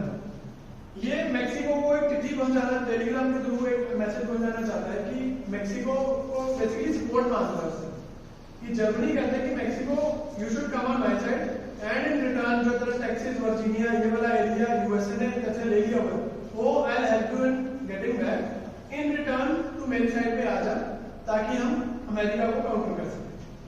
अब ये वाले जो टेलीग्राम होते हैं इंटरसेप्ट कर देते हैं ब्रिटिश के, ठीक है, वो लिसनिंग पे होगा कुछ होगा, तो वो ब्रिटिशर्स को पता लग जाता है कि ब्रिटिश एम्पायर को कि ये मैसेज एक मैक्सिको के। अब ये मैसेज लेके वो चले जाते हैं यूएसए के पास में कि भाई देखो Germany is asking Mexico for help against you, तो अब मॉरली ड्यूटी बन गई यूएसए की वॉर में आने की। पहली बात तो ये कि उसने उसके 3 शिप्स को निर्दोष सिविलियंस को मार दिया। अब दूसरी बात है कि वो तो उस पर अटैक करने की कोशिश कर रहे हैं, तो अब यूएसए क्या होता है, यूएसए कहता है कि ठीक है now I am in war and hence in 1917 जन तो USA becomes the party of the war against Germany. और इस टाइम पे क्या है, रशिया निकल चुका है, ठीक है। अब रशिया का जो काउंटर है, जो रशिया एक एज अ पार्टी था, उसकी वैक्यूम किसने फिल कर दिया? यूएसए। बट अब वॉर ये 1917 की बात कर रहे हैं हम, वॉर कब से शुरू हुई है? 3 इयर्स हो गए, वॉर को चलते 3 साल हो गए। जर्मनी के भी पास कुछ लिमिटेड रिसोर्सेज होंगे, खत्म हो गए, फ्रांस के पास भी कुछ लिमिटेड रिसोर्सेज होंगे, वो भी खत्म हो गए, ब्रिटेन के पास, मतलब सारे पार्टी के पास रिसोर्सेज खत्म होने शुरू हो गए, ठीक है। बट यूएसए में भी फ्रेश पार्टी आया है, उसके पास तो सोल्जर्स भी होंगे, उसके पास मशीन्स भी होंगे, उसके पास वॉरफेयर टेक्निक्स भी होंगी, सब कुछ फ्रेश इनपुट आ गई। अभी फ्रेश इनपुट मिल किसको गई? ब्रिटेन को। और ब्रिटेन इसलिए क्या होता है, अब जो अटैक करेगा वो बड़े ही फ्रेश मोड में करेगा, पूरा नया सारा अपना अमला जमला लेके सारा जो है जर्मनी में अटैक करेगा। बट ये क्या है, ये देख लो, चलो जो कि आपको बोला था स्टेट ऑफ ग्लोबल, ठीक है, ये वाला है। और यहाँ पर भी ब्लॉकेज ब्रिटेन ने कनेक्ट करा हुआ, यहाँ पर भी ब्लॉकेज छोटा सा करा हुआ। तो इसको काउंटर करने के लिए Germany follows unrestricted submarine warfare. तो अब यूएसए की एंट्री हो गया, रशिया का एग्जिट हो गया। रशिया का एग्जिट क्यों हो गया? ट्रीटी ऑफ, यहाँ पे लिखा नहीं हुआ, ट्रीटी ऑफ कौन बोला? Treaty of breast-Litovsk. German blockage, ये ब्लॉकेज का थोड़ा एक्सपेंडेड वर्जन है, देखो। अगर कुछ भी ऊपर से आए कि जर्मनी के पास वो भी नहीं आ सकती, इधर से भी ब्लॉकेज करा हुआ। रशिया में विड्रॉल। अब इंटरनल क्राइसिस चल रहे हैं, रशियन रेवोल्यूशन, भाई लोग परेशान हैं, आर्मी को पैसे नहीं मिल रहे। रेवोल्यूशन के क्या कारण होते हैं? सबसे पहले इकोनॉमी हिलेगी। इकोनॉमी क्यों हिल रही है? वॉर में इतना खर्चा होता है, पैसे कमाई है नहीं, एक्सपेंडिचर हो रहा है। इकोनॉमिक जब चीज हिलेगी, पॉलिटिक्स कौन देखेगा? जो इकोनॉमिकली साउंड है वो पॉलिटिक्स हिलेगी। पॉलिटिक्स जब हिलेगी तो क्या आएगा?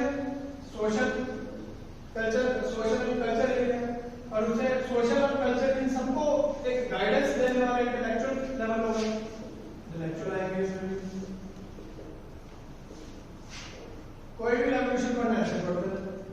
अब एक क्वेश्चन आता है, अभी लास्ट यूपीएससी मेंस में आया था, how American and French revolution laid the foundation of modern world। ठीक है, अभी आपका यूपीएससी मेंस का क्वेश्चन आ रहा है। अब इसको समझना कैसे है? अमेरिकन और फ्रेंच, कभी भी क्वेश्चन को तो काफी क्वेश्चन ऐसे होते हैं वो पीछे से पढ़ना शुरू करोगे समझ आएगा। अब सबसे पहले वो क्या डिमांड कर रहा है? एक तो मॉडर्न वर्ल्ड की डिमांड कर रहा है, उसके बाद वो रेवोल्यूशन की बात कर रहा है, उसके बाद वो अमेरिकन और फ्रेंच रेवोल्यूशन के कनेक्ट की बात कर रहा है। तो इसको आंसर को ड्राफ्ट कैसे करेंगे हम? कुछ आइडिया कैसे करेंगे? पीछे से शुरू करोगे बहुत आसानी से हमें समझ आ जाएगा कि एक्चुअली क्वेश्चन चाहता क्या है। सबसे पहले you will describe what is modern world. Modern world क्या है? मॉडर्न वर्ल्ड मदर फादर हमने पढ़ा था क्या है? Renaissance and industrial revolution. ठीक है, अब दैट मींस अगर ये रेवोल्यूशन की बात कर रहा है कि रेवोल्यूशन आने से क्या होगा, मॉडर्न वर्ल्ड का, मॉडर्न वर्ल्ड का मतलब क्या है? रेनेसांस और इंडस्ट्रियल रेवोल्यूशन। रेनेसांस में क्या चीज है? Main humanism. ह्यूमैनिज्म से science and technology, science and technology से इंडस्ट्रियल रेवोल्यूशन, इंडस्ट्रियल रेवोल्यूशन से कॉलोनीज। इसमें दोनों पॉजिटिव और नेगेटिव चीजें देंगे, दोनों ही देंगे आपको, ठीक है। और कॉलोनी से क्या होगा? लोगों में एंगर आएगी, एंगर से फिलॉसफीज आएंगी, philosophies like Nazism, fascism, communism, socialism, capitalism, mercantilism, ये सारी फिलॉसफीज आएंगी। तो बेसिकली हमें ये दो चीजों को कनेक्ट करना है रेवोल्यूशन के साथ। अब रेवोल्यूशन क्या होता है? इकोनॉमिक्स, ये वाले सारे economic, political, social and intellectual. That means modern world में जो रेवोल्यूशन आ रहा है, मतलब कि ये सारी चीजों के चेंजेस आ रहे हैं। इकोनॉमिकली क्या हो रहा है, पॉलिटिकली क्या हो रहा है, सोशली क्या हो रहा है, इंटेलेक्चुअली क्या हो रहा है, तो वो क्या चेंजेस आ रहे हैं। अब इन सारी चीजों को हमने इसमें ड्राफ्ट कर देना, इनको समझेंगे। एग्जांपल्स लेने हैं हमने यहाँ से अमेरिकन और फ्रेंच से। अगर फ्रेंच में राज्य को हटा के रिप्रेजेंटेटिव गवर्नमेंट आ रही है, ठीक है, दैट मींस पॉलिटिकल चीज आ रही है। अमेरिका कहता है no taxation without representation, economic आ रही है। फ्रांस में क्लासेस खत्म हो रही है, सोशल चेंज आ रहा है, ठीक है। अमेरिका में सिविल वॉर आ रही है, सोशल चेंज आ रहा है। अमेरिका में John Locke, Benjamin Franklin, intellectuals आ गए। यहाँ पे रूसो, वोल्टेयर, मोंटेस्क्यू, ये आ गए। तो क्वेश्चन की ड्राफ्टिंग जो है वो आपकी ऐसे चलेगी, ठीक है। उनको समझना पड़ेगा, इसमें सिर्फ आप लिख दो कि अमेरिकन रेवोल्यूशन में क्या हुआ और फ्रेंच में क्या हुआ, वो नहीं चीज लिखी जाती, ठीक है। क्योंकि फर्स्ट डे मैंने आपको ये बताया था कि ये कोर्स ऑफ एक्शन पूछना बहुत कम होगा। अब प्री में भी यही चीज होगी कि 100 क्वेश्चन होंगे और 40 ऐसे होंगे जो आपको बिल्कुल भी नहीं पता होंगे। ठीक है, अब आप बोलो कि वहां पे प्री में क्वेश्चन अगर आ जाए कि अकबर जो है सिर्फ ट्यूजडेज को लाल कपड़े डालता था, ट्रू और फॉल्स। अब जो तो इसको सोचने लग गया कि नहीं उसकी जोधा भाई से शादी हुई थी तो शायद वो हिंदू माइंड की तरफ हो गया होना, हनुमान जी का भक्त बन गया होगा। ठीक है, तो अगर हम ये सोच विचार के हम बोलेंगे नहीं दिस इज ट्रू, ऐसे क्वेश्चन टाइम ही नहीं करते। 60 जो अटेम्प्ट करने ये जरूरी नहीं है, हमें ये देखना है कि 40 कौन से नहीं अटेम्प्ट करने हैं, क्योंकि ये 40 में क्या करना है आपको कंफ्यूज कर देना। सर नेगेटिव मार्किंग होगी यूपीएससी में होती है, पीसीएस में नहीं। अभी 40 नहीं आपने छेड़े, 60 में से भी आपके थोड़े बहुत गलत होएंगे, बट ये 40 नहीं छेड़े आप। ठीक है ना, तो ये 60 वाली गेम है सारी। अब यूपीएससी में होता ऐसे ही कि पहले 3-4 क्वेश्चन जो है इतने इजी होएंगे। नेशनल एक्वाटिक एनिमल, एक बार मैंने भी दिया हुआ national aquatic animal UPSC prelims में आया हुआ, बड़े एक्साइटेड हो जाते हैं कि वाह यार इतना आता है ये बात। और चौथा क्वेश्चन एक ऐसा आएगा तुम आपको मानेगा ये अकबर जो है वो लाल कपड़े डालता है पूछने को। चलो ये है नहीं आया नहीं कभी, बट मैं आपको एग्जांपल दे रहा हूँ कि अगर कोई ऐसी चीज आते छोड़ दो उसे, क्योंकि हमें कंसेंट्रेट करना 40 में जो नहीं करना, जो नहीं करना बस काटा मार दो, दिमाग ही लगाना, जो आता है वो आता है, जो नहीं आता वो नहीं आता। 60 को टारगेट लेके चलोगे एंड 50% को बड़ा इजीली पहुंचोगे। और कट ऑफ इतनी ही जाती है 60%। अगर आप सही पेपर करते हो तो 55% बहुत इजीली प्री मेन इंटरव्यू हर चीज क्लियर हो जाती है। I am talking about UPSC and PCS दोनों। ठीक है, नेक्स्ट इज रशियन विड्रॉल। अब रशिया में इंटरनल इश्यूज चल रहे हैं, क्यों? क्योंकि वो एक्सटर्नली इतना ज्यादा बिजी हुआ पड़ा है, प्लस किंग है कि अब इस टाइम पे लोगों में बड़ी वो होगी रिप्रेजेंटेटिव गवर्नमेंट की नहीं कि हमें पार्लियामेंट चाहिए, हर कंट्री में बढ़ दिया हमें भी दो। और कोई भी किंग ये नहीं चाहेगा, क्योंकि किंग को पता है कि अगर मैंने पार्लियामेंट बना दी तो मैं हो जाऊंगा जीरो। तो इसलिए वो क्या करता है, धक्के से वो पार्लियामेंट वो अटैक वो वर्ल्ड वॉर 1 को पार्टिसिपेट कर देता है। क्यों? इंटरनली एक इश्यू चल रहा है। नेपोलियन क्या करता था, लोग कहते थे अनएम्प्लॉयमेंट, वो कहते आज एम्प्लॉयमेंट दूं और चलो फ्रांस पे हम अटैक करते हैं। वो कहते थे इन्फ्लेशन, चलो छोड़ो हम ऑस्ट्रिया आगे नहीं चलते। तो लोगों को बिजी रखना, तो सेम जार में भी यही करना। इंटरनल इशू को ओवरटेक करने के लिए उन्होंने कहा हम वर्ल्ड वॉर के बाद की पार्टी बन सकते हैं। सबका वहां पे ध्यान रहेगा, किसी को रहेगा ही नहीं कि पॉवर्टी इन्फ्लेशन ये क्या चीजें होती है। इंटरनल इश्यूज किसी को नहीं पता। तो Tsar Nicholas II left the throne on March 5, 1917 and Bolsheviks, ये मेंशेविक्स, बोल्शेविक, सोशलिस्ट रिपब्लिक, ये हम कल रेवोल्यूशन तो रशियन रेवोल्यूशन में पूरा पढ़ेंगे। तो अभी आप ये पढ़ो कि वहां का जो राजा है Tsar Nicholas II है उस टाइम पे, and he gives up the throne, और वहां पे प्रोविजनल गवर्नमेंट बन जाती है। और प्रोविजनल गवर्नमेंट के बाद भी वर्ल्ड वॉर 1 से वो एक्सेप्ट नहीं करते। उसके बाद जर्मनी स्पॉन्सर कर देता है लेनिन को। लेनिन कौन होता है? लेनिन का भी बड़ा भाई होता है, वो Tsar Nicholas II को मारने जाता है। Tsar Nicholas II को जब मारने जाता है वहां पर उसका वेपन ही नहीं चलता, तो उसके भाई को तो मार देते हैं मौके पे। बट अगर कोई गुनाह करता है तो उसके गुनाह की जो सजा वो सारे परिवार को मिलती है, तो इसलिए लेनिन को भी देश से निकाल देते हैं। लेनिन आएगा अब 1917 में। ठीक है, 1917 में जर्मनी स्पॉन्सर करेगा कि तू जा इंटर कर जा और वहां पे जाके सरकार बना एंड हमारे साथ ट्रीटी कौन सी साइन कर, ब्रेस्ट लिटोव्स्की। उससे क्या होगा कि रशिया गेम से बाहर निकलेगा और जर्मनी ऑस्ट्रिया अपना सारा जो फोकस है वो फ्रांस की तरफ लेके जा सकते हैं। अब ये इतनी तो इशू वाली बात नहीं है कि ठीक है वो निकल गए, बट क्या होता है कि रशिया जो होता है ना, रशिया के ये वाला एरिया वेस्टर्न वाला, ठीक है, ये सबसे ज्यादा इंडस्ट्रियलाइज्ड एरिया होता है। तो ये आधा जर्मनी ले लेता है, आधा रशिया ले लेता है, ऑस्ट्रिया हंगरी ले लेता है। ठीक है, अब रशिया के पास जो 2-3 साधन थे पैसे कमाने के वो भी गए। जो रेवोल्यूशन था मैंने वो आया इसीलिए था कि पैसे नहीं है लोगों के पास, पॉलिटिकल स्टेबिलिटी नहीं है, इकोनॉमिक स्टेबिलिटी नहीं है, तो रशिया इसलिए और अंधेरे में चलती है। तो उसकी वजह से और लड़ाइयां होती हैं और सोशलिज्म होता है वो उसमें थोड़ा सा एडप्ट कर दिया। अब रशिया यहाँ से फ्री हो गया जर्मनी। ठीक है, The exit of Russia made it possible to fully concentrate on the Western Front, but now 3 साल हमने बोले ना 14 to 17 की बात हो रही है, 3 साल में खत्म हो रहे हैं सब। बट ब्रिटेन को जो नया सप्लाई दे दी किसने? यूएसए ने। अब ब्रिटेन जो लड़ेगा वो थोड़ा सा ज्यादा जोर से लड़ेगा। जर्मनी अब दोबारा से क्या होता है, फ्रांस में जाता है, दोबारा से रिवर मान में जाता है। बट जो जर्मन फ्रेंच फोर्सेस है, general force commander marshal Ferdinand force के अंदर होती है। नया जोश मिला, सारे बड़े मोटिवेटेड है, पॉजिटिव नोट में है, दोबारा से लड़ाई होती है। और यहाँ पर 1917 के बाद में जर्मनी जो है उसको पता लग जाता है कि नहीं अब नहीं मेरी बात बनती, एंड वो सरेंडर कर देता है। अक्टूबर रेवोल्यूशन ऑस्ट्रिया में भी हो जाता है, वहां पर पार्लियामेंट डिक्लेयर कर देती है कि नहीं we are going out of the war. Germany क्या, ऑस्ट्रिया क्या, बल्गारिया और ऑटोमन एम्पायर भी उस टाइम तक टर्की का उसको वहां से देखे कि नहीं तो हम तेरा पूरा कैलिफ जो है उसको हरा देंगे। तो टर्की भी गेम से बाहर, बल्गारिया कहता है कि मैं छोटा सा देश मैं क्या करूंगा, वो भी अपने आप को सरेंडर कर देता है। तो सारी पार्टी ऐसे कर देती है सरेंडर बाय एंड ऑफ 1980। अब बात होती है पीस की। अब लड़ाई हुई है, उसके बाद पार्टीज ने तो ये ब्रिटेन ने तो ये दिखाने, यूएस ने तो ये दिखाने के लिए अब मैच्योर हूं।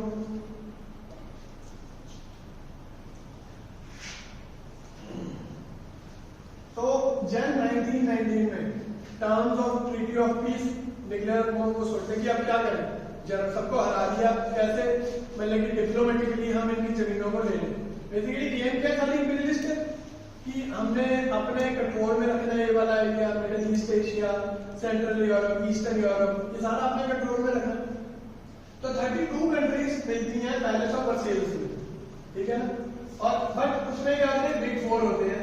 ब्रिटेन से डेविड लॉयड जॉर्ज, फ्रांस से जॉर्ज क्लेमेंसियो, इटली से विक्टोरियो ऑरलैंडो एंड यूनाइटेड स्टेट्स से वुडरो विल्सन। ये चार होते हैं बेसिकली जो सारी पीस ट्रीटीज को डिक्टेट करते हैं अपनी मर्जी से।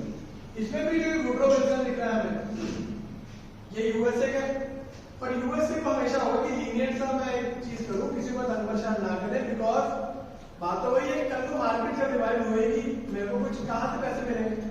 तो इसलिए वो कहते हैं कि थोड़ा लीनियंट ही चलेंगे हम सारे के, जर्मनी के साथ, ऑस्ट्रिया हंगरी के साथ। बट ये सारे बाकी फ्रांस और ब्रिटेन खासकर ये कहते हैं कि नहीं अब जर्मनी झाड़ थले आया, ये कहते हैं ना अब उसको नहीं छोड़ना हमने। तो वुडरो विल्सन की जो है सारी जो रिकमेंडेशन 14 पॉइंट्स देता है बेसिकली, उसको इग्नोर करके जर्मनी के साथ जो बुरा हाल करते हैं लोग मिलकर, तो वो क्या उससे क्या होता है कि और एंगर और रिजेंटमेंट लोगों में हो जाते हैं, जिसकी वजह से हिटलर आएगा, Hitler will use this anger for world war 2। अब वुडरो विल्सन ने क्या 14 पॉइंट दिए, तो वो कहता है ओपन डिप्लोमेसी कि हर देश आपस में बात करेगा, freedom of seas, removal of economic barriers, ऐसे करके conquest territories in Russia, preservation of Belgian sovereignty, restoration of French territory, तो सारे ऐसे करके 14 पॉइंट देते हैं कि ऐसे अब हम जो पीस ट्रीटीज को हम डिजाइन करेंगे वो इन पॉइंट्स के बेसिस पे करेंगे। बट इटली और फ्रांस, इटली और ब्रिटेन बेसिकली क्या होता है, वो ये कहते हैं कि नहीं हमने इतना लीनियंस रख देना, जर्मनी को बिल्कुल हमने खत्म कर देना। तो जब वुडरो विल्सन की बात ही नहीं मानी, तो जो यूएसए होता है वो कहते हैं जब हमारी बात ही नहीं मानी तुमने तो हम तुम्हारा पार्ट क्यों बने। इसलिए जो लीग ऑफ नेशंस जो बाद में यूनाइटेड नेशंस बनती है, ठीक है, इसका यूएस पार्ट नहीं बनता।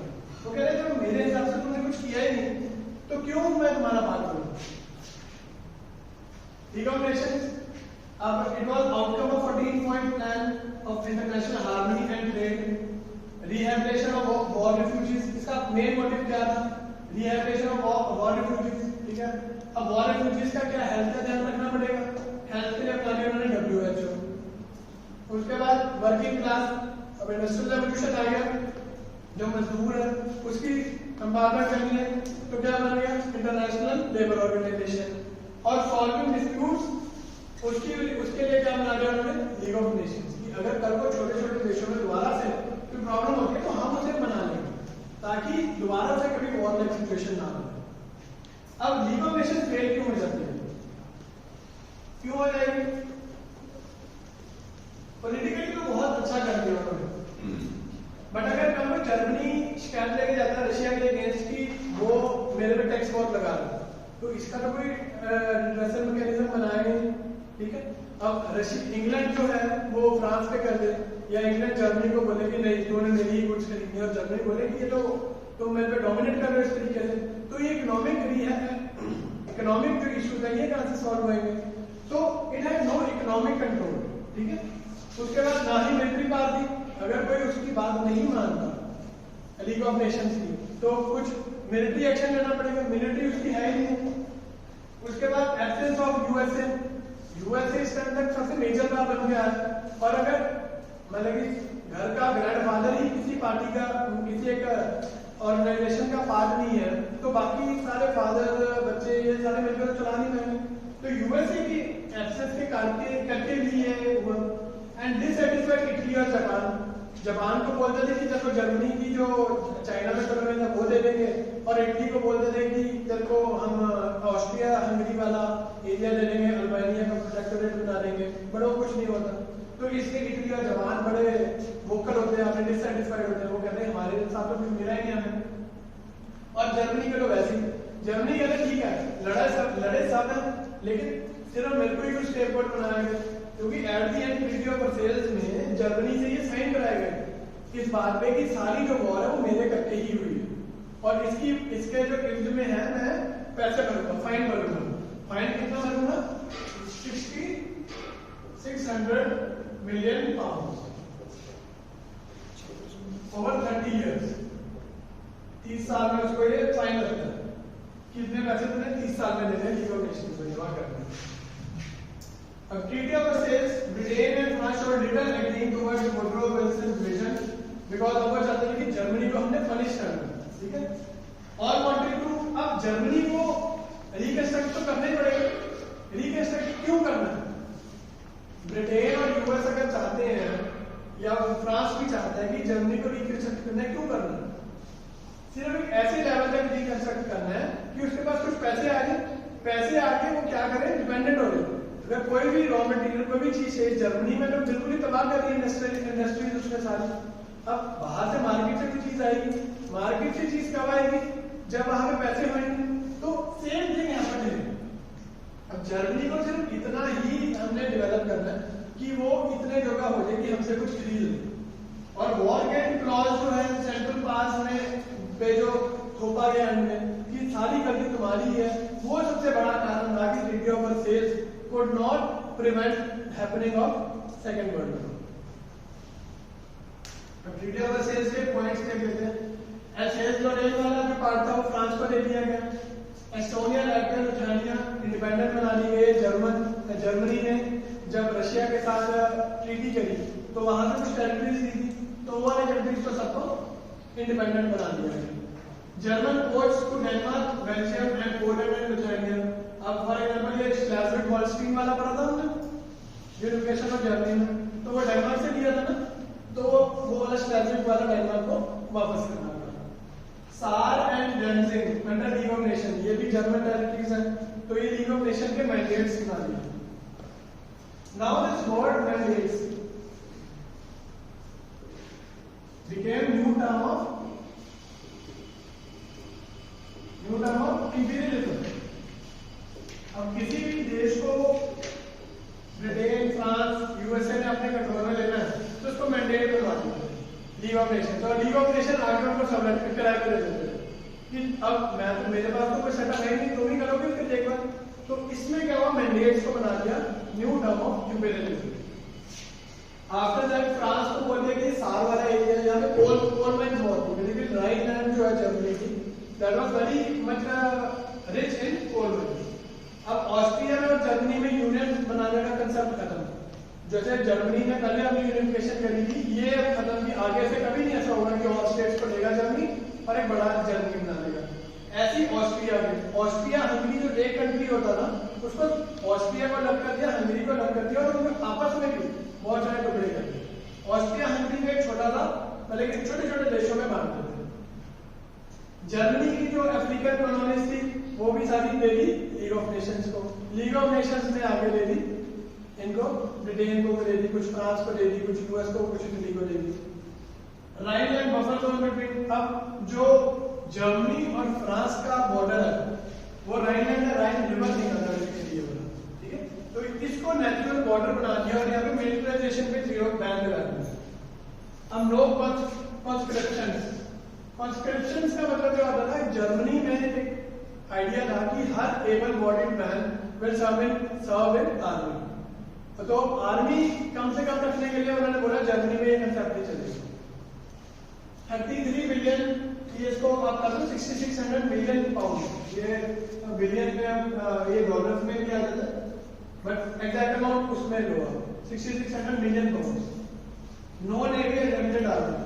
अब जर्मनी को बोल दिया कि ये आप कभी भी अपनी नेवी नहीं रखोगे और बहुत ही लिमिटेड आर्मी रखोगे। अब लिमिटेड आर्मी, लिमिटेड पुलिस से क्या हुआ, इंटरनल रिवोल्ट बहुत होने लगी।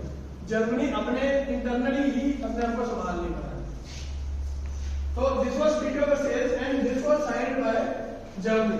जर्मनी के साथ हर एक देश को हरा, ऑस्ट्रिया हंगरी के साथ अलग ट्रीटी हुई, टर्की के साथ अलग ट्रीटी हुई, ये जर्मनी के साथ हुई। अब वुडरो विल्सन के पॉइंट्स तो किसी ने माने नहीं, ट्रीटी ऑफ वर्साइल्स अपनी मर्जी से कर दिया। अब रशिया एंड फ्रांस ने करना ना था। अब ये जो 6600 मिलियन पाउंड था ना, ये ऐसा इतना बेग और इतना मतलब कि बेसलेस फाइन था। फॉर एग्जांपल आप ट्रेन में बिना टिकट के जा रहे हो और टीटी आपको बोले आपको फाइन होगा 250 करोड़, आप बोलोगे इसमें तो ट्रेन ही खरीद लूंगा अपनी। तो सेम में 6600 मिलियन पाउंड जर्मनी का कहां से लगा दिया तुमने मेरे पे, इतने में मैं तुम्हें खरीदूं। अगर मेरे पास इतनी कैपेसिटी हो कि मैं तुम्हें खरीदूं, प्लस तुमने मेरे सारे कोर माइंस ले लिए, तुमने मेरे आयरन रिजर्व्स ले लिए, तुमने मेरा राइट लैंड ले लिया, सबसे इंडस्ट्रियलाइज्ड जो सेक्शन है वो ले लिए, जहां से बेसिकली मैंने पैसा कमा के तुम्हें देना था वही तुमने ले लिया। मैं कहां से पैसे छपूंगा थोड़ा या पेड़ से थोड़ा दूंगा। तो ये कंडीशन होती है। बट यूएसए जो है बड़ा डिप्लोमेटिकली खेलता है गेम यहाँ पे। तो वो कहते हैं कि जर्मनी वो यहाँ पर जाता है लीग ऑफ नेशंस में, वो कहता है कि नहीं, ये जो है तो आपका बड़ा गलत एक आपका फाइन है, इसको अगर 2200 मिलियन पाउंड करने में वो काम होगा कि आप जो जर्मनी ने फाइन देना वो 2200 मिलियन पाउंड देना। बट जर्मनी को तो वही लगता है कि 250 करोड़ वाला जो मेरा बिल था वो 100 करोड़ का हो गया, फाइन हो गया, तो 100 करोड़ भी मेरे पास कौन से हैं। तो यूएसए कहता है कोई बात नहीं, मैं तेरे को हेल्प करूंगा। इन रिटर्न क्या होगा, तेरे रिसोर्सेज पे मेरा कर्जा, तेरी कॉलेज फीस पे मेरा कर्जा। तो यूएसए इस टाइप से प्रोवाइड करता है लोन जर्मनी को। पहले तो सब कुछ ठीक चल रहा होता है, पर 1929 में यूएसए की अपनी स्टॉक मार्केट गिर जाती है, ठीक है, अंदर उसके पास लिक्विड पैसा खत्म यूएसए के बाद। अब ऐसी सिचुएशन हो जाती है कि जर्मनी जो है वो डूब रहा है और यूएसए उसे कूद के छलांग मार के बचाने के लिए, और यूएसए को स्विमिंग नहीं आती, तो दोनों ही डूबेंगे।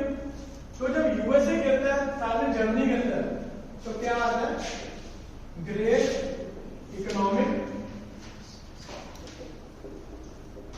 डिप्रेशन।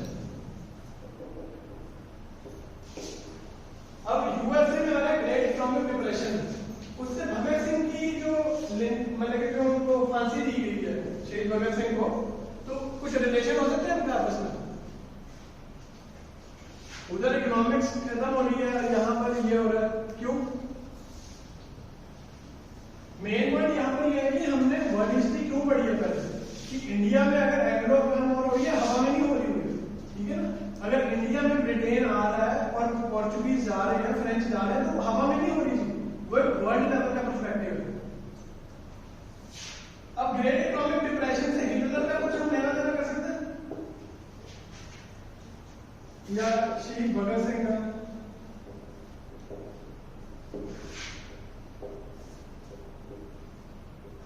हिटलर जो है ना पावर में आया था 1931 में और सेम ईयर में ये हुआ, बिकॉज यूएसए क्या होता है, लोन दिया जर्मनी को, ठीक है। जर्मनी को लोन देने के चक्कर में क्या होता है कि इन्वेस्टमेंट बहुत ज्यादा होगी, बट रशिया में आ गया रशियन रेवोल्यूशन। इस टाइम में रशियन रेवोल्यूशन आ गया और यहाँ पे सोशलिज्म या कम्युनिज्म आप कह लो वो बड़ा प्रेजेंट हो गया, ठीक है। एक तरफ तो जो वेस्ट है वो जो इतनी बड़ी बड़ी बातें करता है कैपिटलिज्म के सिर पे मैं मतलब इतना अमीर बन गए, वो चले गया ग्रेट इकोनॉमिक डिप्रेशन में, ना पैसा ना कुछ और है, कुछ भी नहीं होता।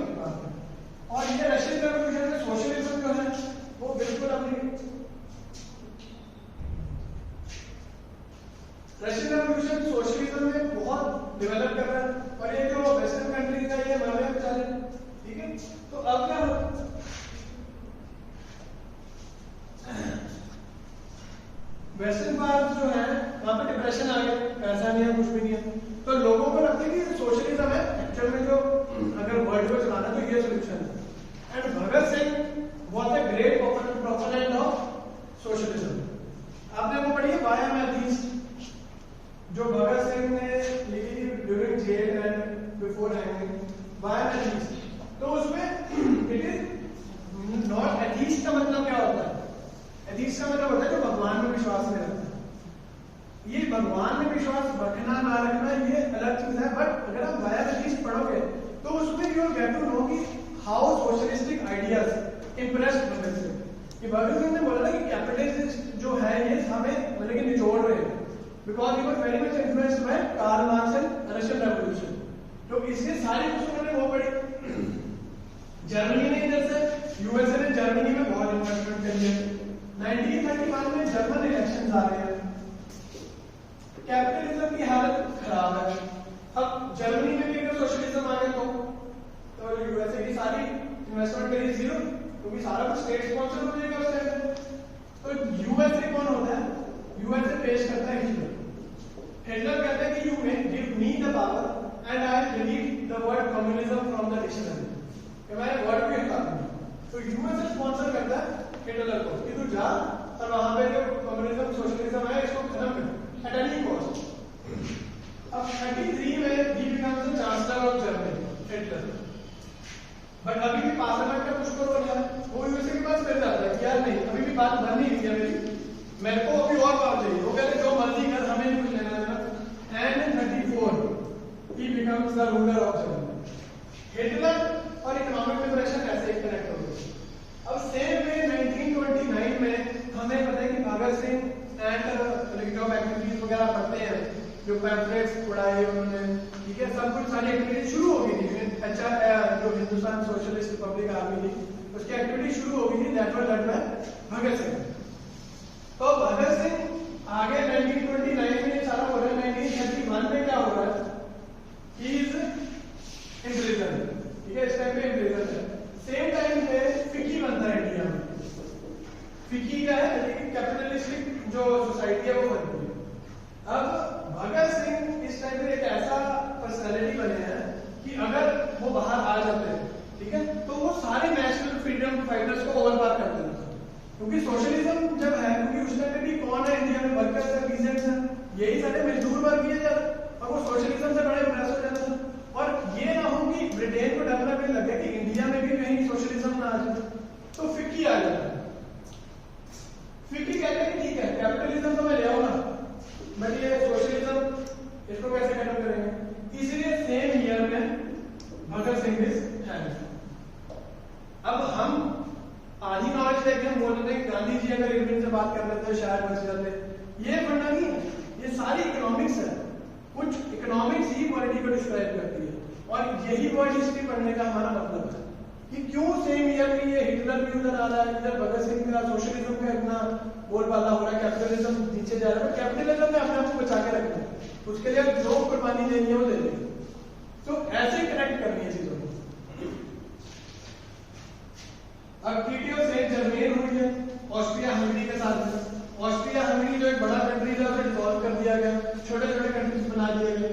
Hungary, Czechoslovakia, Poland, SERB, cross ये इंडिपेंडेंट कर दिए गए। ये बेसिकली सारे कुछ जर्मन स्पीकिंग लैंड्स थी जो ऑस्ट्रिया हंगरी के पास थी।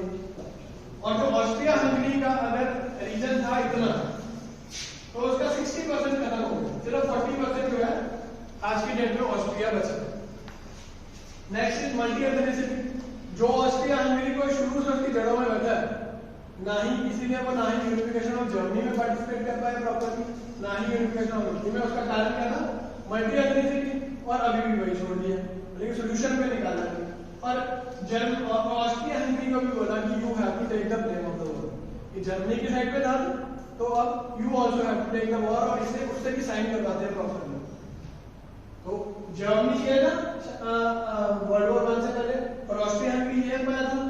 वर्ल्ड वॉर 1 के बाद क्या होता है? जर्मनी भी छोटा हो गया, और ये सारा ऑस्ट्रिया हंगरी का एरिया जो है वो तोड़ दिया।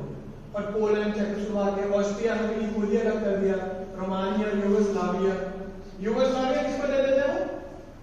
सर्बिया। ये देखो, सर्बिया ने क्या बोला? रशिया को बोला था ना कि मैं सारे स्लैब्स को इकट्ठा करके I make a bigger country. Bigger country क्या करता है वो मैकेडोनिया वाला सारा रीजन और सर्बिया अपने आप को सारा मिला के क्या बना देता है यूगोस्लाविया, यानी कि पैन स्लाविज्म यहां से मूवमेंट हो जाती है। नेक्स्ट ट्रीटी ऑफ सेवर्स, ये टर्की के साथ साइन होता है ऑटोमन एम्पायर के। ईस्टर्न थ्रेस एंड स्मार्ना ये ग्रीस को मिल जाते हैं, ये होते ऑटोमन एम्पायर के बाद। इटली को कुछ टेरिटरीज मिल जाती है ऑटोमन एम्पायर से। डार्डानेल स्ट्रेट जो हमने पढ़ा था, जो गैलीपोली पेनिनसुला पे अटैक करा था विंस्टन चर्चिल ने, तो वो वाला जो है वो डिक्लेयर कर देते हैं it is open for all, internationally वो ओपन फॉर ऑल। अब ऑटोमन एम्पायर जो होता है वो आधा क्या देते हैं ब्रिटिश को दे देते हैं, आधा क्या कहते हैं फ्रेंच को दे देते हैं। अब सीरिया जो होता है वो फ्रांस को दे देते हैं, and Jordan, Iraq and Palestine ये सबको बता देते हैं ब्रिटिश कम्युनिटीज। तो ये सारे आपस में सारे बांट लेते हैं गेम को। अब Ottoman empire before world war 1 ऐसा होता, आफ्टर वर्ल्ड वॉर ऐसे होता है। रिपब्लिक ऑफ टर्की छोड़ देते हैं सिर्फ यहाँ पे अर्मेनिया में बेसिकली क्या है क्रिश्चियन पॉपुलेशन रहती है, और आज भी जैसे इजराइल पैलेस्टीन में जूइश क्रिश्चियन और मुस्लिम्स का इशू है, आज भी मुस्लिम और यहाँ पे क्रिश्चियंस का अर्मेनिया में आज भी इशू रहता है। सीरिया को फ्रांस को दे दिया, साइप्रस ब्रिटेन को दे दिया, पैलेस्टीन ब्रिटिश को दे दिया, तो दिस वे आपस में सारे बांट लेते हैं। अब ये ओवरऑल मैप देख लो, आफ्टर फर्स्ट वर्ल्ड वॉर जो है वो कैसा का वर्ल्ड बन जाता है, और ये सोवियत यूनियन बन गया, रशियन रेवोल्यूशन आ गया, यूएसएसआर बन गया ना। तो सोवियत क्या है बेसिकली, जैसे हम यहाँ पे कहते हैं पंचायत, सोवियत का मतलब है पंचायत, छोटी छोटी पंचायतों ने सबने मिलकर यूनियन बनाई है, and to honour those panchayat called Soviet, इसका नाम रख देते हैं सोवियत यूनियन। तो ये सारे देखो जर्मनी इस तरह से रख दिया, ऑस्ट्रिया हंगरी सारा खत्म हो गया, जिसको जो पार्टी मिलनी थी लैंड मिलनी थी वो मिल जाती है। ओके, अब कॉन्सिक्वेंसेस जो अब तक हमने पढ़ा वो एक स्टोरी है, समझनी क्या है ये चीज कि हुआ क्या उससे। इकोनॉमिक डिप्रेशन तो हम पढ़ लेते हैं, बट उससे हुआ क्या, अब पूछना एग्जाम में ये है उससे। तो इसलिए यहाँ पर जो सारा एफर्ट डालना है वो सारा समझने के बाद हमने यहाँ पर निचोड़ निकालना है।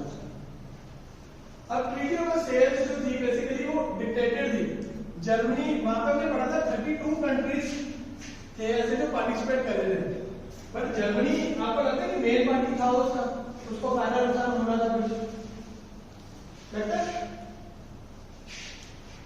जर्मनी को पार्टिसिपेट करवाना चाहिए ना ट्रीटी ऑफ सेल्स में, करवाना चाहिए ना, बट जर्मनी को बात बुलाया भी नहीं जाता, उसको बोलते हैं कि जो भी तुमने अपनी बात रखनी है वो लिखकर और आगे भेज, हम सोचेंगे करना है नहीं करना वो अलग बात है। तो यूएसए ने उसका फाइन तो कम करवा दिया, बट जर्मनी अपनी दो शर्तें, दो चीजें लिख के भेजते हैं, कंसिडरेशंस भेजते हैं। कहना वुड्रो विल्सन ने बोला था कि जब वॉर खत्म होएगी तो सारी डिसआर्मामेंट करेंगे, सारी अपने वेपन्स को त्याग करेंगे। कहना करा तो सिर्फ जर्मनी के साथ है, बाकी लोग सबके पास अपने वेपन्स भी हैं, टैंक्स भी हैं, सब कुछ है, सिर्फ जर्मनी को ही सारा ब्लेम क्यों आ गया। दूसरी बात, विल्सन के जो 14 पॉइंट थे वो कहते थे सेल्फ डिटर्मिनेशन, कि अगर एक एरिया में जर्मन स्पीकिंग पीपल है तो उनकी मर्जी है कि उन्हें जर्मनी में जाना है, अपना अलग कंट्री बनाना है, जो भी करना है, ठीक है, तो तुम उसमें एथनिसिटी में नहीं आओगे, बट तुमने तो काम उल्ट कर दिया सारे। तो इस चक्कर में क्या हुआ कि चलो ठीक है, वो कह रहा कि और प्लस जो दूसरी बात कि अब फाइन भरना है, फाइन भरने के लिए जो जहां से मैंने जो मेरे रिसोर्सफुल एरियाज थे तुमने ले लिया वापस, तो क्या कहते हैं upper Silesia and western Prussia Germany को वापस करते हैं कि चल ठीक है यहाँ से तुम कमा और हमारा फाइन भर। Principle of nationality and determination जो है लोगों को खुद को पावर मिलनी चाहिए कि हम इस कंट्री में रहना, हमें इंडिपेंडेंट कंट्री बनाना, इंडिपेंडेंट स्टेट बनाना है या किसी का मैंडेट बनना है, वो हमारी मर्जी होनी चाहिए। But it was not dictated, उन्होंने कागज पे लिखा और कंट्री में भेज दिया कि आज से तुम टर्की का पार्ट नहीं हो, आज से तुम ग्रीस का पार्ट हो, आज से तुम रशिया का पार्ट नहीं, आज से तुम जर्मनी का, मतलब ऐसे करके बस कागज पे लिखा और भेज दिया। अब जर्मनी में सुडेटेलैंड था बेसिकली, यहाँ पे जर्मन स्पीकिंग पीपल थे सारे, उनको उठा के नए देश में भेज दिया। तो प्रिंसिपल ऑफ डिटर्मिनेशन कहते हैं यहाँ पर भी तुमने वायलेट कर दी। अब सेम में ट्रीटी ऑफ सेवरेज टर्म्स कहते हैं रिप्रेजेंटेशन पे सबसे ज्यादा करते हैं कि तुमने ग्रीस को दे दिया हमारा एरिया काफी हद तक। तो बट क्या होता है जब ग्रीस वहां पे आके सेटल करने लगते हैं उन कॉलोनीज में, तो ये वहां पे इंटरनल रिवोल्ट हो जाती है। Internal revolt is led by Mustafa कमाल। मुस्तफा कमाल कहता है वो ट्रीटी ऑफ सेवरिज जो मैंने करी थी मैं सारी मैं उसको रिजेक्ट करता हूं। तो अब क्या बात है कि लैंड चाहिए 100 एकड़ नहीं मिलेगी, 80 एकड़ मिलेगी। वो कहते हैं ठीक है हम नई ट्रीटी कर लेते हैं, 20 एकड़ तेरे को और दिया, 80 एकड़ हमारा रह गया। And the new territory of Sevres को कैंसिल करके होती है that is called treaty of Lausanne 1923 में। उससे टर्की को उसका एरिया कुछ वापस कर देते हैं। अब अरब्स में क्या होता है, हमने कहा था लॉरेंस ऑफ अरेबिया, ठीक है ना, वो ब्रिटिशर्स इंटरनली उसको रिवोल्ट करवाते हैं, वहां पे टर्किश कैलिफ के अगेंस्ट करवा देते हैं। और जब ये टर्किश कैलिफ के अगेंस्ट करा जाता है, कैलिफ जो हट जाता है, और कैलिफ जब हट जाता है तो इंडिया में क्या शुरू हो जाता है, खिलाफत मूवमेंट। और खिलाफत मूवमेंट का पहला गवर्नमेंट होता है कांग्रेस। कांग्रेस को सबसे पहली बार लगता है कि इंडिया हिंदूज और मुस्लिम इस बार इकट्ठे हो सकते हैं, और इसलिए नॉन कॉपरेशन मूवमेंट कांग्रेस शुरू कर देती है और खिलाफत मूवमेंट मुस्लिम लीग शुरू कर देती है। अब अरब्स में क्या था, अरब्स को वो टर्किश रूलर के खिलाफ अपना भड़का देते थे। तो Lawrence of TE Lawrence of Arabia, he plays that role guerrilla warfare अंदर करना, अंदर लोगों को इंसाइट करना, प्रेस मीडिया मूवीज इन सब से लोगों को इंसाइट करना कि जो टर्किश कैलिफेट है वो अरब वर्ल्ड के अगेंस्ट है। अब अरब वर्ल्ड की सपोर्ट क्यों चाहिए ब्रिटेन को, क्योंकि टर्की वाला एरिया तो चलो कैलिफ के पास है, बट उसके बाद वाला इराक सऊदी ये वाला एरिया जो है which leads ultimately to British India, ये वाला एरिया को कंट्रोल करना बहुत जरूरी है उनके लिए। क्योंकि अगर इसी का इन्फ्लुएंस रहेगा, कल को कुछ नहीं पता कि जर्मनी और रशिया मिलकर जो साउथ ईस्ट एशिया उस पर अटैक कर देंगे। तो इसलिए अरेबिया की हेल्प करने के लिए they used Lawrence of Arabia. India को भी कुछ नहीं मिला। वर्ल्ड वॉर 1 से पहले ब्रिटिश एम्पायर ने बोला था ऑगस्ट डिक्लेरेशन में कि हम तुम्हें रिप्रेजेंटेशन देंगे, रिस्पॉन्सिबल गवर्नमेंट देंगे, कॉन्स्टिट्यूशन देंगे, सब कुछ करेंगे, बट होता ऐसा कुछ नहीं। सो वही सेल्फ डिटर्मिनेशन वाला क्लॉज दोबारा यहाँ पर आ जाता है, जिसकी जो नहीं फॉलो करते। तो इस वजह से क्या होता है, इधर से कैलिफ की बेइज्जती हो जाती है, तो Mahatma Gandhi uses this as a tool to for a mass movement जिसमें मुस्लिम्स भी उनके साथ हैं, तो वहां पे खिलाफत हो जाती है और इंडियन नेशनल कांग्रेस का शुरू कर देती है non cooperation movement which is based on home rule movement, कि हमारा देश है, हमें पता कि हमने कैसे अपने आप को रूल करना। अब हमने जो बात करी थी न्यू इंपीरियलिज्म का मतलब क्या रहा, अब न्यू मैंडेट्स। मैंडेट्स का मतलब क्या था कि जो लीग ऑफ नेशंस को दे दिया, लीग ऑफ नेशन ने खुद तो संभाल नहीं थे, वो आगे रिलीज कर देती थी। कोई फ्रेंच को दे दिया, कोई ब्रिटेन को दे दिया, कोई यूएस को दे दिया, कोई इटली को दे दिया, कुछ जापान को दे दिया। All the responsibility fixed on Germany. अब सारे यूरोपियन देश लड़े थे आपस में, किसी ने शुरुआत करी थी, किसी ने एंड करा, किसी ने पार्टिसिपेट करा, तो सारी जो बिल है वो जर्मनी ने क्यों करना। तो इस वजह से भी वो डिसआर्मामेंट वाला जो क्लॉज था वो भी फुलफिल नहीं हो पाया। The war which was romanticized became a threat and diplomacy now played an important role. अब वॉर में डरा दिया लोगों को। आज भी हम कहते हैं कि इंडिया पाकिस्तान का इतना बड़ा इशू है, क्यों नहीं लड़ लेते? क्योंकि अब वॉर का इस टाइम पर अगर वॉर होएगी तो उसका लॉस मतलब कि इमेजिन भी नहीं कर सकता कोई। इसलिए डिप्लोमेटिक मिशंस बनते हैं, इसलिए एम्बेसडर्स जाते हैं, इसीलिए जो हम टॉक्स की बात होती है इंडिया चाइना का जो फेस ऑफ होता है, हम तो बड़े आराम से कहते थे कि लड़ लो जाके, लड़ाई डिक्लेयर कर दो, बट लड़ाई कोई ये चीज नहीं है कि बड़ी अच्छी चीज है कोई। उससे नुकसान किसका होना है? आम इंसान का। कोई जीतेगा कोई हारेगा, बट रिकंस्ट्रक्शन किसने पे करनी है? आम इंसान को। और रिकंस्ट्रक्शन कहाँ से करेगा? तो कुछ साधन ही नहीं होगा कमाने का, तो कहाँ से पे करोगे? और नहीं पे करोगे क्या हो जाएगा? Revolution. League of Nations USA की पूरी पार्ट बना, बिकॉज उसको पता था कि अगर मैं लीग ऑफ नेशंस का पार्ट बन जाता हूँ तो मुझे जर्मनी या ब्रिटेन इनमें से चूज करना पड़ेगा, यानी कि एक मार्केट मेरे को खत्म करनी खोनी पड़ेगी। न्यूट्रल स्टैंड से क्या होता है, वो जर्मनी को भी सेटिस्फाई कर सकता था, जर्मनी अगर कोई ऑर्डर देता है तो उसको भी फुलफिल कर देगा, और अगर इटली कोई ऑर्डर देगा, ब्रिटेन देगा, उसको भी फुलफिल कर देगा। तो इकोनॉमिकली वो विन-विन सिचुएशन में है। अब वुडरो विल्सन और बेस इन्होंने क्या बनाया, ये तो बोल नहीं सकते कि हमें मार्केट सारी चाहिए। बेस इन्होंने बता दिया कि जो हमने वुडरो विल्सन को भेजा था हमने, तुमने उसकी बात तो मानी नहीं, तो इसलिए हम तो पार्टिसिपेट नहीं करेंगे। तो इसलिए सिर्फ इटली एंड जापान को भी नहीं मिला जो उनके साथ कॉम्बिनेशन करे थे, तो इसलिए सारी डिससैटिस्फैक्शन की वजह से league of nation fail. Disintegration कौन सी हुई? ऑटोमन एम्पायर जो टूटा, टर्की वाली जो फोटो दिखाई थी हमने, ट्रीटी ऑफ सेवरेज हुई, Czechoslovakia and Poland created. Basically ये क्या थे? जर्मनी के वो कहते हैं समाओं को था, तो ये सबसे ज्यादा पैसे कमा के देते थे जर्मनी को, वो अलग बना थे। और कैपिटलिस्ट को क्या चाहिए? उसको कोई पेट्रियोटिज्म वाली इतनी फीलिंग तो है नहीं, उसको है जहां से मेरा पैसा बनता है। वो जब पोलैंड में गया कैपिटलिस्ट, तो उसने जर्मनी को मुड़ के नहीं देखा कभी कि जर्मनी का क्या हाल चाल है क्या नहीं है। वो कहता छोड़ो, मैं अपनी फैक्ट्री यहाँ पे बनाऊंगा। अब सर्बिया एंड मोंटेनेग्रो जो हमने बात करी थी, वो they were imagine under Yugoslavia. Estonia, Latvia, Lithuania were created. ये वो देश थे जो जर्मनी ने रशिया से ट्रीटी ऑफ ब्रेस्ट-लिटोव्स्क में लिए थे। उसके बाद ऑस्ट्रिया हंगरी था, वो सेपरेट हो गया और उसके छोटे छोटे देश बन गए। Next is communism.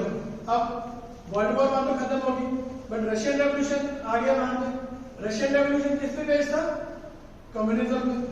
कम्युनिज्म मतलब कि हर चीज जो स्टेट की है, कोई यहाँ पे कैपिटलिज्म नहीं है, यहाँ पे कोई प्रॉफिट नहीं है, कोई लॉस नहीं है, हर एक क्या है basic needs of human being हमने पूरी करनी है। और वो कौन पूरी कर सकते हैं? सिर्फ सरकार ही पूरी कर सकती है। तो दिस वे कम्युनिज्म आ जाता है। बोल्शेविक्स जो होते हैं वो कैपिटलिस्ट रशिया के अगेंस्ट आ जाते हैं। रशिया कहता है कि आज भी लड़ाई नहीं लड़नी हमने, क्योंकि लड़ाई हमारे लिए बनी नहीं, हम अभी एग्रेरियन इकोनॉमी है, अभी हम डेवलप होएंगे, इंडस्ट्रियलाइज होएंगे, उसके बाद देखेंगे कि करना है कुछ नहीं करना। And Russian revolution showed winning of an ideology.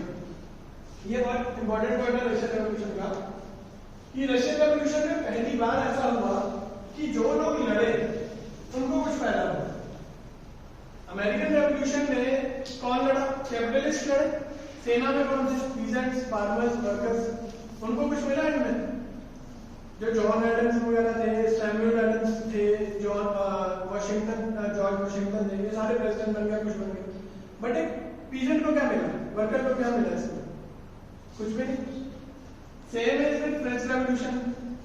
King हारा, एरिस्टोक्रेटिक क्लास पहले उधर थी, उसके बाद आम इंसान के साथ आ गई, बट फिर भी क्या हुआ? जो वर्कर पीजेंट है उसको कुछ नहीं मिला। बट रशियन रेवोल्यूशन में पहली बार ऐसा हुआ कि जिन्होंने लड़ाई लड़ी सरकार उन्होंने बनाई। जो वर्कर्स पीजेंट्स थे, वर्कर्स एंड पीजेंट्स थे, उन्होंने बनाई सोवियट्स। सोवियट्स मतलब हर देश में, हर सिटी में, हर स्टेट में उन्होंने एक यूनियन बनाई, उसको बोले सोवियट्स। सोवियट्स में 3 थे, Bolsheviks, Mensheviks and Socialist Republic party. तो बेसिकली इन्होंने ही सरकार बनाई बाद में जाके। तो जिन्होंने लड़ाई लड़ी, पहली बार ऐसा वर्ल्ड में किसी रेवोल्यूशन में हुआ कि जिसके लिए लड़ाई लड़ी गई उसको कुछ फायदा हुआ, वो सरकार में आया। क्योंकि कार्ल मार्क्स क्या कहता था कि अगर आपको एम्पावर होना है तो आपके पास इकोनॉमिक शक्ति होनी चाहिए, और इकोनॉमिक शक्ति कब होगी? जब आपके पास पॉलिटिकल शक्ति होगी। तो इसलिए पॉलिटिकल जो है स्ट्रक्चर को उसको अपने कंट्रोल में करो। एंड यहाँ पर सबसे पहली बार हुआ कि जो वर्कर है, पीजेंट है, कोई प्राइम मिनिस्टर बन रहा है, कोई कैबिनेट बन रहा है, तो सबसे पहली बार यहाँ तो आइडियोलॉजी जो है यहाँ पे सबसे पहली बार जीतती हुई दिखने लगी। और अगर यही चीज हम करें, कोई मूवी, 2 मूवीज बनी साइमल्टेनियसली, ठीक है, एक ने कमा लिया 100 करोड़, एक ने कमा लिया 1 करोड़। अब आप अच्छी किसको बोलोगे? तो हमने दोनों मूवीज नहीं देखी, अब जाओगे तो वही देखने जिसने 100 करोड़ कमाया। उसका कारण क्या है? वो आपको टेस्टिफाई कर रहा है, वो आपको सबूत दे रहा है कि मैं अच्छी चीज हूँ, ठीक है। तो रशियन रेवोल्यूशन ने बताया कि सोशलिज्म एक अच्छी चीज है। सोशलिज्म अच्छी चीज है, इसलिए हिंदुस्तान HRA, जो हिंदुस्तान रिपब्लिकन आर्मी थी, क्या बन जाती है? HSRA, Hindustan socialist republic army बन जाती है। और इसलिए Bhagat Singh is so much influenced by the socialistic ideas कि हर चीज जो है वो स्टेट की है, स्टेट की ड्यूटी भी है, लिबर्टी भी है कि आम इंसान को उसकी प्रोवाइड करानी है सारी फैसिलिटीज। सेम वे हिटलर क्यों इतना कम्युनिस्ट के अगेंस्ट, सोशलिज्म के अगेंस्ट हो जाता है? क्योंकि वहां पर लोगों को, अब रशिया जैसे अब रेनेसांस है पूरे वर्ल्ड में करना, तो सोशलिज्म भी ऐसे करना, तो वहां पर डर के मारे हिटलर ने उनको अपोज करने लगे। So this was for the day, and tomorrow हमारा लेक्चर होगा रशियन रेवोल्यूशन का, ठीक है।